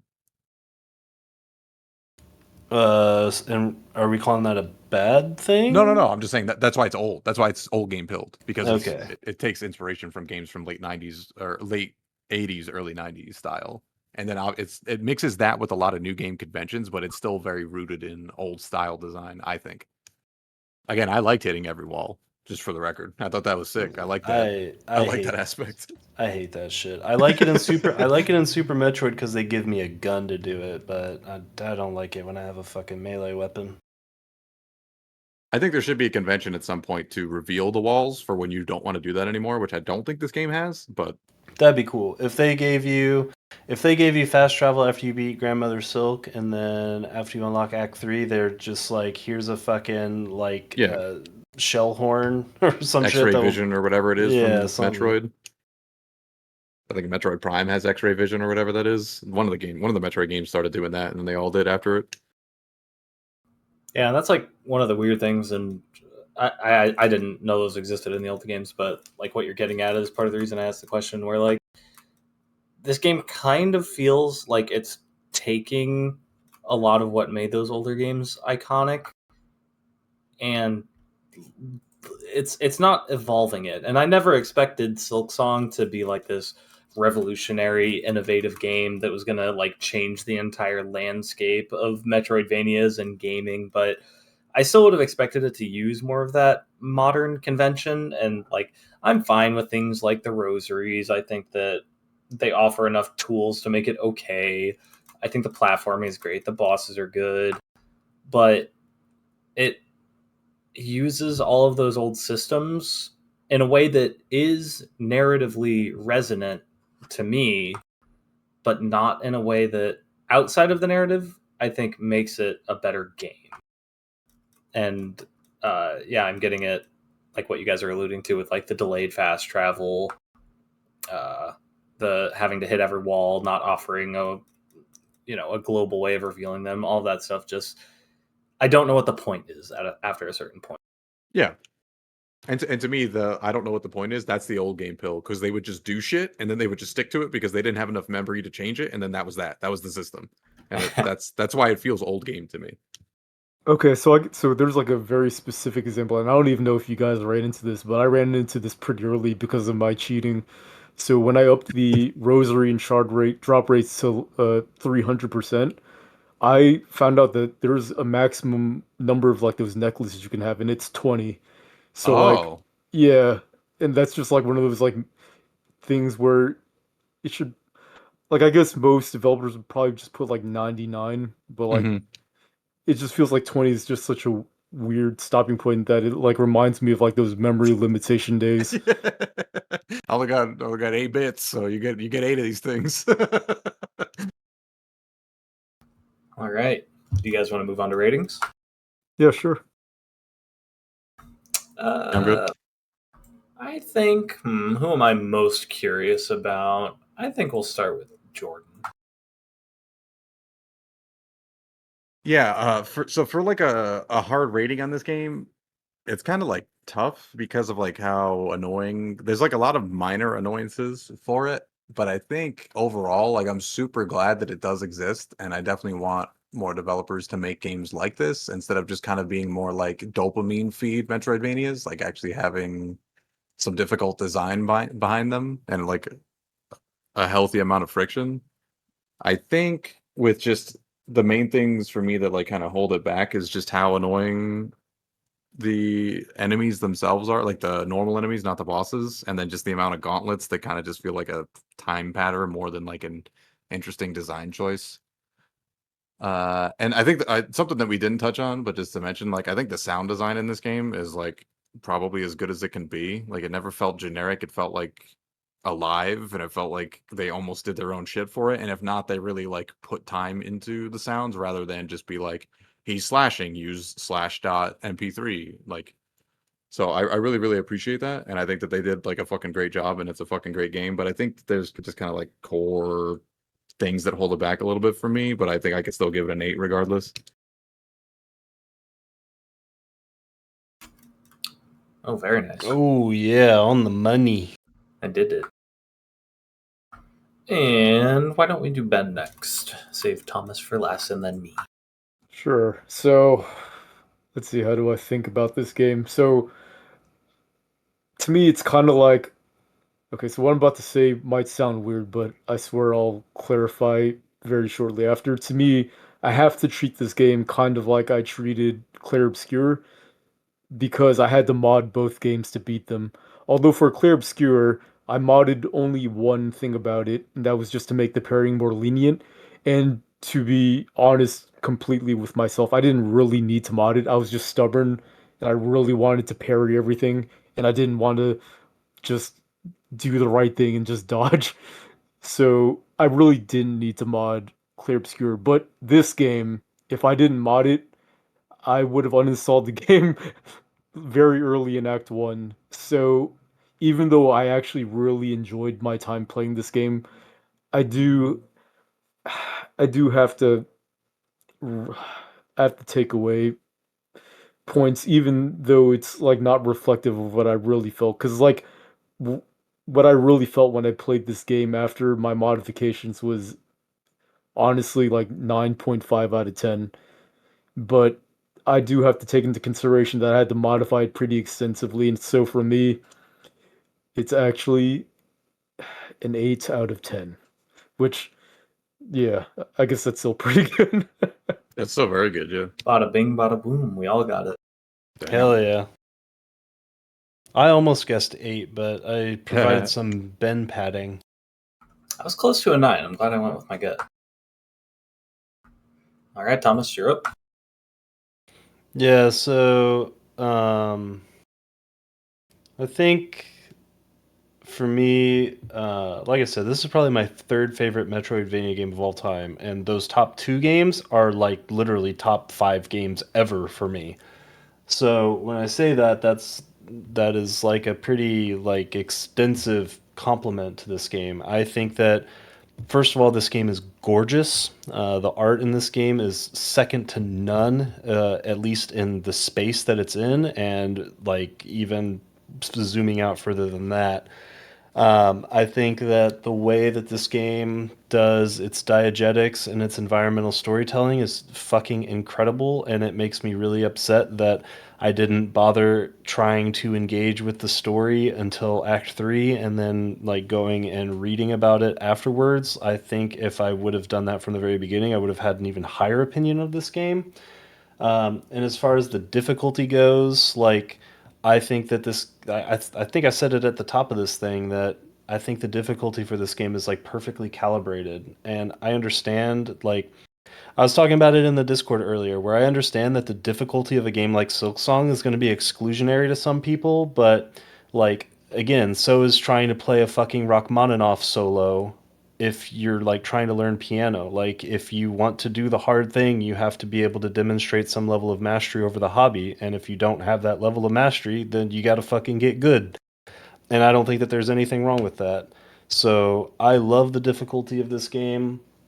I think that in order to make a solid Metroidvania, you have to knock it out of the park in three buckets, and those are exploration, platforming, and difficulty. This game pretty much crushes it in the exploration category. I think they could have done a little bit more in the platforming and included some more areas like escaping the abyss, um, and like a couple of the running from the lava type scenes and shit. If they had like three or four more of those, like literally, again, that's another thing that would have like knocked this game up another notch. I've already talked about the difficulty. I think taking all these things into account, it's just a fucking rock solid Metroidvania. Does it reinvent the wheel? Does it iterate on the design space? Not really, but like that was my main criticism of Hollow Knight is that it just felt like such a fucking milk toast Metroidvania. Like it didn't do anything new. The platforming was kind of meh. The exploration was good. The difficulty was okay, but it just wasn't doing anything interesting. Whereas this game, it's not necessarily that it's doing anything interesting, it's just that it has precisely honed in what the aspects that make a good Metroidvania are. And again, I think it has just tuned it to a fine edge. And for that reason, I'm going to give this game a 9 out of 10. There are annoying aspects, like there are things that hold it back from reaching 9.5, just like small little annoyances that add up to like quite a bit over time, the enemy gauntlets being the biggest factor for sure, but it's still a fucking incredible game. We all did it. I did it. We all did it. Has anyone missed yet? Ben missed for Jordan. Mm. All right. And when it comes to me, my opinion on this game has oscillated wildly since I started playing it. I think like for the majority of my playtime playing this game, I was somewhere around an 8 out of 10. It would go all the way down to 6.5. At times it literally went all the way up to 10, like with certain bosses, like for Sinner. The feelings were very, very polarizing throughout my entire playthrough with this game. It was never negative, not even close. And the more I thought about it, and like literally even as we've been talking about it tonight, I've still been oscillating by like decimals of point values to try and figure out where I am. But like ultimately, I think the real question that I have to ask myself is, where does this game lose points? And it's not in the narrative. I actually really like the narrative. I think the characterization is good. I think the character designs are good. I think that like the overall story is really good. Like getting backstory from some of the details that Hollow Knight 1 left uncovered or left covered rather was good. Like getting everything about the Weavers. I think all of that works really well. I don't think it loses any points in the art department. I don't even think I need to comment on the reason for that. The character designs are immaculate. The environmental storytelling is immaculate. The soundtrack is really good. I think just in terms of art design, in terms of style, like it has to be a 10 out of 10 in that direction. I think the combat is really fun. I got a lot of what I wanted coming into Silksong. I think I had pretty reasonable expectations for the game coming into it, and I got what I wanted. I got a much faster paced, intense, but still reasonable difficulty after Hollow Knight 1, which felt a little bit more stiff, a little bit too one note, a little bit too easily solved. Granted, I only played with one DLC, but this game has no DLC, so whatever. So, and like some of the bosses, I've said so many times, are just such standouts. I fucking love them. They're incredible. And so I don't even know if it really loses any points when it comes to the combat. I got everything I wanted out of it, so what can I really hate for it? And a lot of these things that I've been describing just get even better once or at least for me, they start getting better once you take into account that I think all of these choices are deliberate, which, I'm not one to say that like just because it's an artistic choice that makes it better, but I think that the particular vision that they had was very good. I think that they had a complete vision and they went for it, and I think that vision was fulfilled through what they did. And honestly, even as I'm talking, I don't know why I'm settling on this rating, but I can't justify why it isn't a 10 out of 10. I'm really having a trouble saying why that is. But regardless, my feeling after thinking on it and talking about it and deliberating is that it's a pretty solid 9 out of 10. Oh, We all got yeah. it, but nobody got it exactsies. That's funny. Yeah, this 0.5 fucking hedging guess meta. I Yeah. can't I stand thought you it. were gonna be 9.5, to be honest. Even when you said Same. I'm not, I can't say why I'm not a 10. I was like, ooh, I nailed it. So here's the thing. I thought you were going to trick us, and I thought you were just going to say I can't justify why it's a 10 out of 10, but it's a 10 out of 10. That's what I thought you were going to say. Well, yeah, I definitely don't think it's a 10 out of 10. Like what I had to do ultimately to come to a 9 out of 10 was just comparing it to other games we've played for this, comparing it to my favorite games, and so on and so on. And it's not out of 10 out of 10. I like Clair Obscur better than this game. It's not a 9 out of, or it's, excuse me, I rated Clair Obscur a 9.5. Therefore, it's not a 9.5 because I like Clair Obscur more than I like this game, and I like Baldur's Gate 3 more than because it's a 10 out of 10. You did the so me. Ultimately, ultimately, I think I kind of have to settle it at a 9 out of 10, even though I can't figure out exactly why it's not a 10 out of 10. It's very tricky for me. I think ultimately it's I think it's part of what Thomas and I were talking about a while back, where I got what I wanted out of the game. My expectations were met. They were not exceeded. And I think that's ultimately why I arrive where I go. Yeah, because like for me, you can still have a 10 out of 10 game that you recognize as flawed. Like Baldur's Gate 3 is that for me. La Mulana is that for me.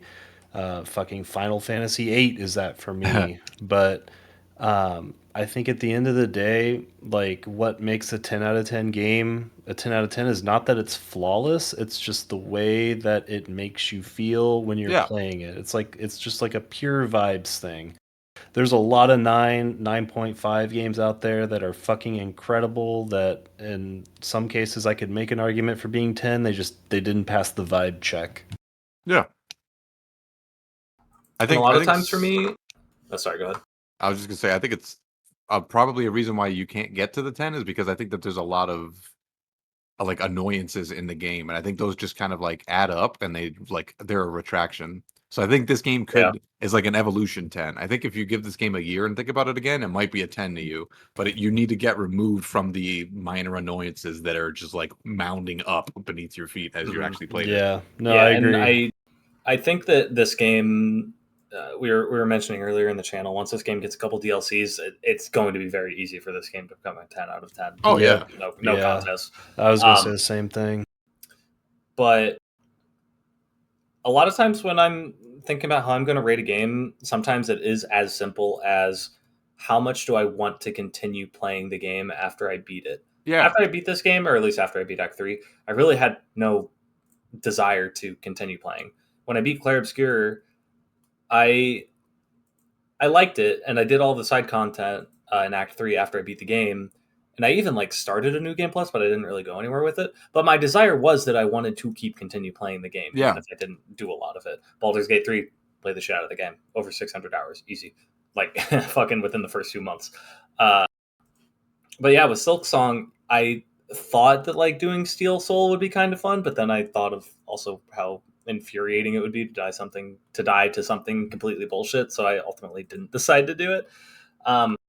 So yeah, that's where I'm at. I just don't think it gets past a 9.0, and it's not going to be a Outer Wild situation where it was a 10 out of 10 and then the DLC made it an 11 out of 10. It's going to be a 10 out of 10 with DLC. Yeah, like La Mulana is a 10 out of 10 Metroidvania for me, even though it doesn't really have like the movement aspect. It doesn't have like the hard, difficult bosses. Like the puzzles are all like once you know, but like I just so much enjoyed replaying that game just to like run around the world, like speed run a little bit, do some goofy shit, try and like do some new stuff, do challenge runs. Like doing a Sacred Orbless game in that run was so much fucking fun. Um, but yeah, I'm in the same boat where like after I finished this game, I was like, do I want to go back and beat the like 5, 7, whatever bosses that I didn't do? And I was just kind of like, no, I'll just watch YouTube videos. Yeah, that's even true for me. Like, I did most of the bosses in this game before I did Lost Lace. I think the only one I did after Lost Lace was Clover Dancers, but I saw later there were a couple I didn't do, like Father of Flame. I never did him. I just had no desire to go back and do him. Yeah. I enjoyed my experience, and it was one of those things where I felt like if I continued to play, I would have a worse experience. So I didn't. Yeah, even trying to get through the last Radania, whatever it is, like even trying to do that after you told me to do it, like getting through the area, I was like, I want to die. Fucking Yeah. kill. Yeah. But then the boss, I was like, okay, this was worth it. But yeah, like Yeah, that is the reason Yeah. I told you to do it. exactly, yeah. Yeah, honestly, if you had gone and done like Father of Flame and the associated zone, you probably would have rated this game an 8.5 instead. I don't know, man. You know my tolerance for garbage. Yeah, honestly, it's not that bad. The boss is just heinously boring, and the zone is tiny, but like has a very high annoyance density for how small it is. But yeah, like I know I didn't do Brood Mother. I didn't do what's that the name? The guy who has the horse, Garmund and Zond or whatever. Yeah. I didn't do that fight. There's a few others I didn't do. Those are the only two I can think of off the top of my head. Oh, I didn't do Lost Verdania either. Just because of how you guys were talking about the platforming, I highly recommend if you ever pull this game up again, just go and do that platforming section above Grandmother Silk. I thought it was pretty good. Yeah, that sounds pretty sweet. I'm pretty sure I would love that because those are like my favorite sections in the game. I fucking loved Mount Fae, Yeah. and I fucking loved the it's Escape from the excellent. Abyss. Those are like highlights of the Mhm. game. I'm surprised I didn't do more. The tush push. Very true. Is that always what you All right. like up top? Next Yeah. week, Hades 2. weird fucking camel. Yep. Like, in the Yeah, skybox. good vibes on that game so far. That's a big Not ass. as good as this God. game though. Haha. And a big ass Whoa. whoa. I think Hades 2 is insane. The wolf? Oh shit. I think I'm it's not better gonna than say this anything. game, but I don't want to give away my rating. I like this. I think it's Yeah. hard for me to not say that Hades 2 Shit. is better because Straight ahead. uh, Map's no, got that's it just all. me. Look at that Just my motherfucker. You, I just you, wanna you play. didn't have mean, to pushing this thing? DIY journalist mode it. Yeah, exactly. I mean, there was- exactly. There's the fucking checkbox, the God mode checkbox, which I think is Yeah, fucking- but True. I haven't needed to use that. Magneto. Fortunately. Nice. I'm not What's that going bad. on with this map? That Like, guy's dead. and usually when I do journalist mode, it's like it's an elective. Like I didn't need to do Final Fantasy 16. That game is literally one of the easiest games ever made. I just Yeah. did it for the memes, and I ended up having a You're still blast. alive, everybody. Yeah. Ben's over there about to turn on God mode, and I'm doing like 24 No, fear well, runs. well, I did buy a copy of shit, Hades I'm 2 bad. for my sister, and I told her she probably should just use God mode because she's very much like a point and click type of player. So Yeah, I action mean, games are not her wheelhouse, but I know that she would really enjoy the story and characters, so I that's can- why I got it for her. I can also imagine getting really frustrated if you're really tied to the story of the game and you just fucking can't complete a run Yeah. ever. That would get really annoying. Oh yeah, for sure. It's super cool that it's there. I don't know what it does, but I'm interested if it just like removes a bunch of attacks and like projectiles or something, or if they just do trivial amounts of damage, or what the deal is. Yeah, I will say I'm like 5 hours into the game and I haven't completed a run, so I'm thinking about God mode. Yeah, let's stop talking about Hades. Good night, everyone. I love you. Silksong's great. Play it, Okay. enjoy it. Look at all the art in that game. Particularly look at the elevator leading up to Lace 2.0. It's fucking gorgeous and full of unnecessary detail. This And game's Lace's great. ass. Also, And wait, Lace's badonk. the 33,000 Rule 34 entries for this game. Look them up. Don't do that.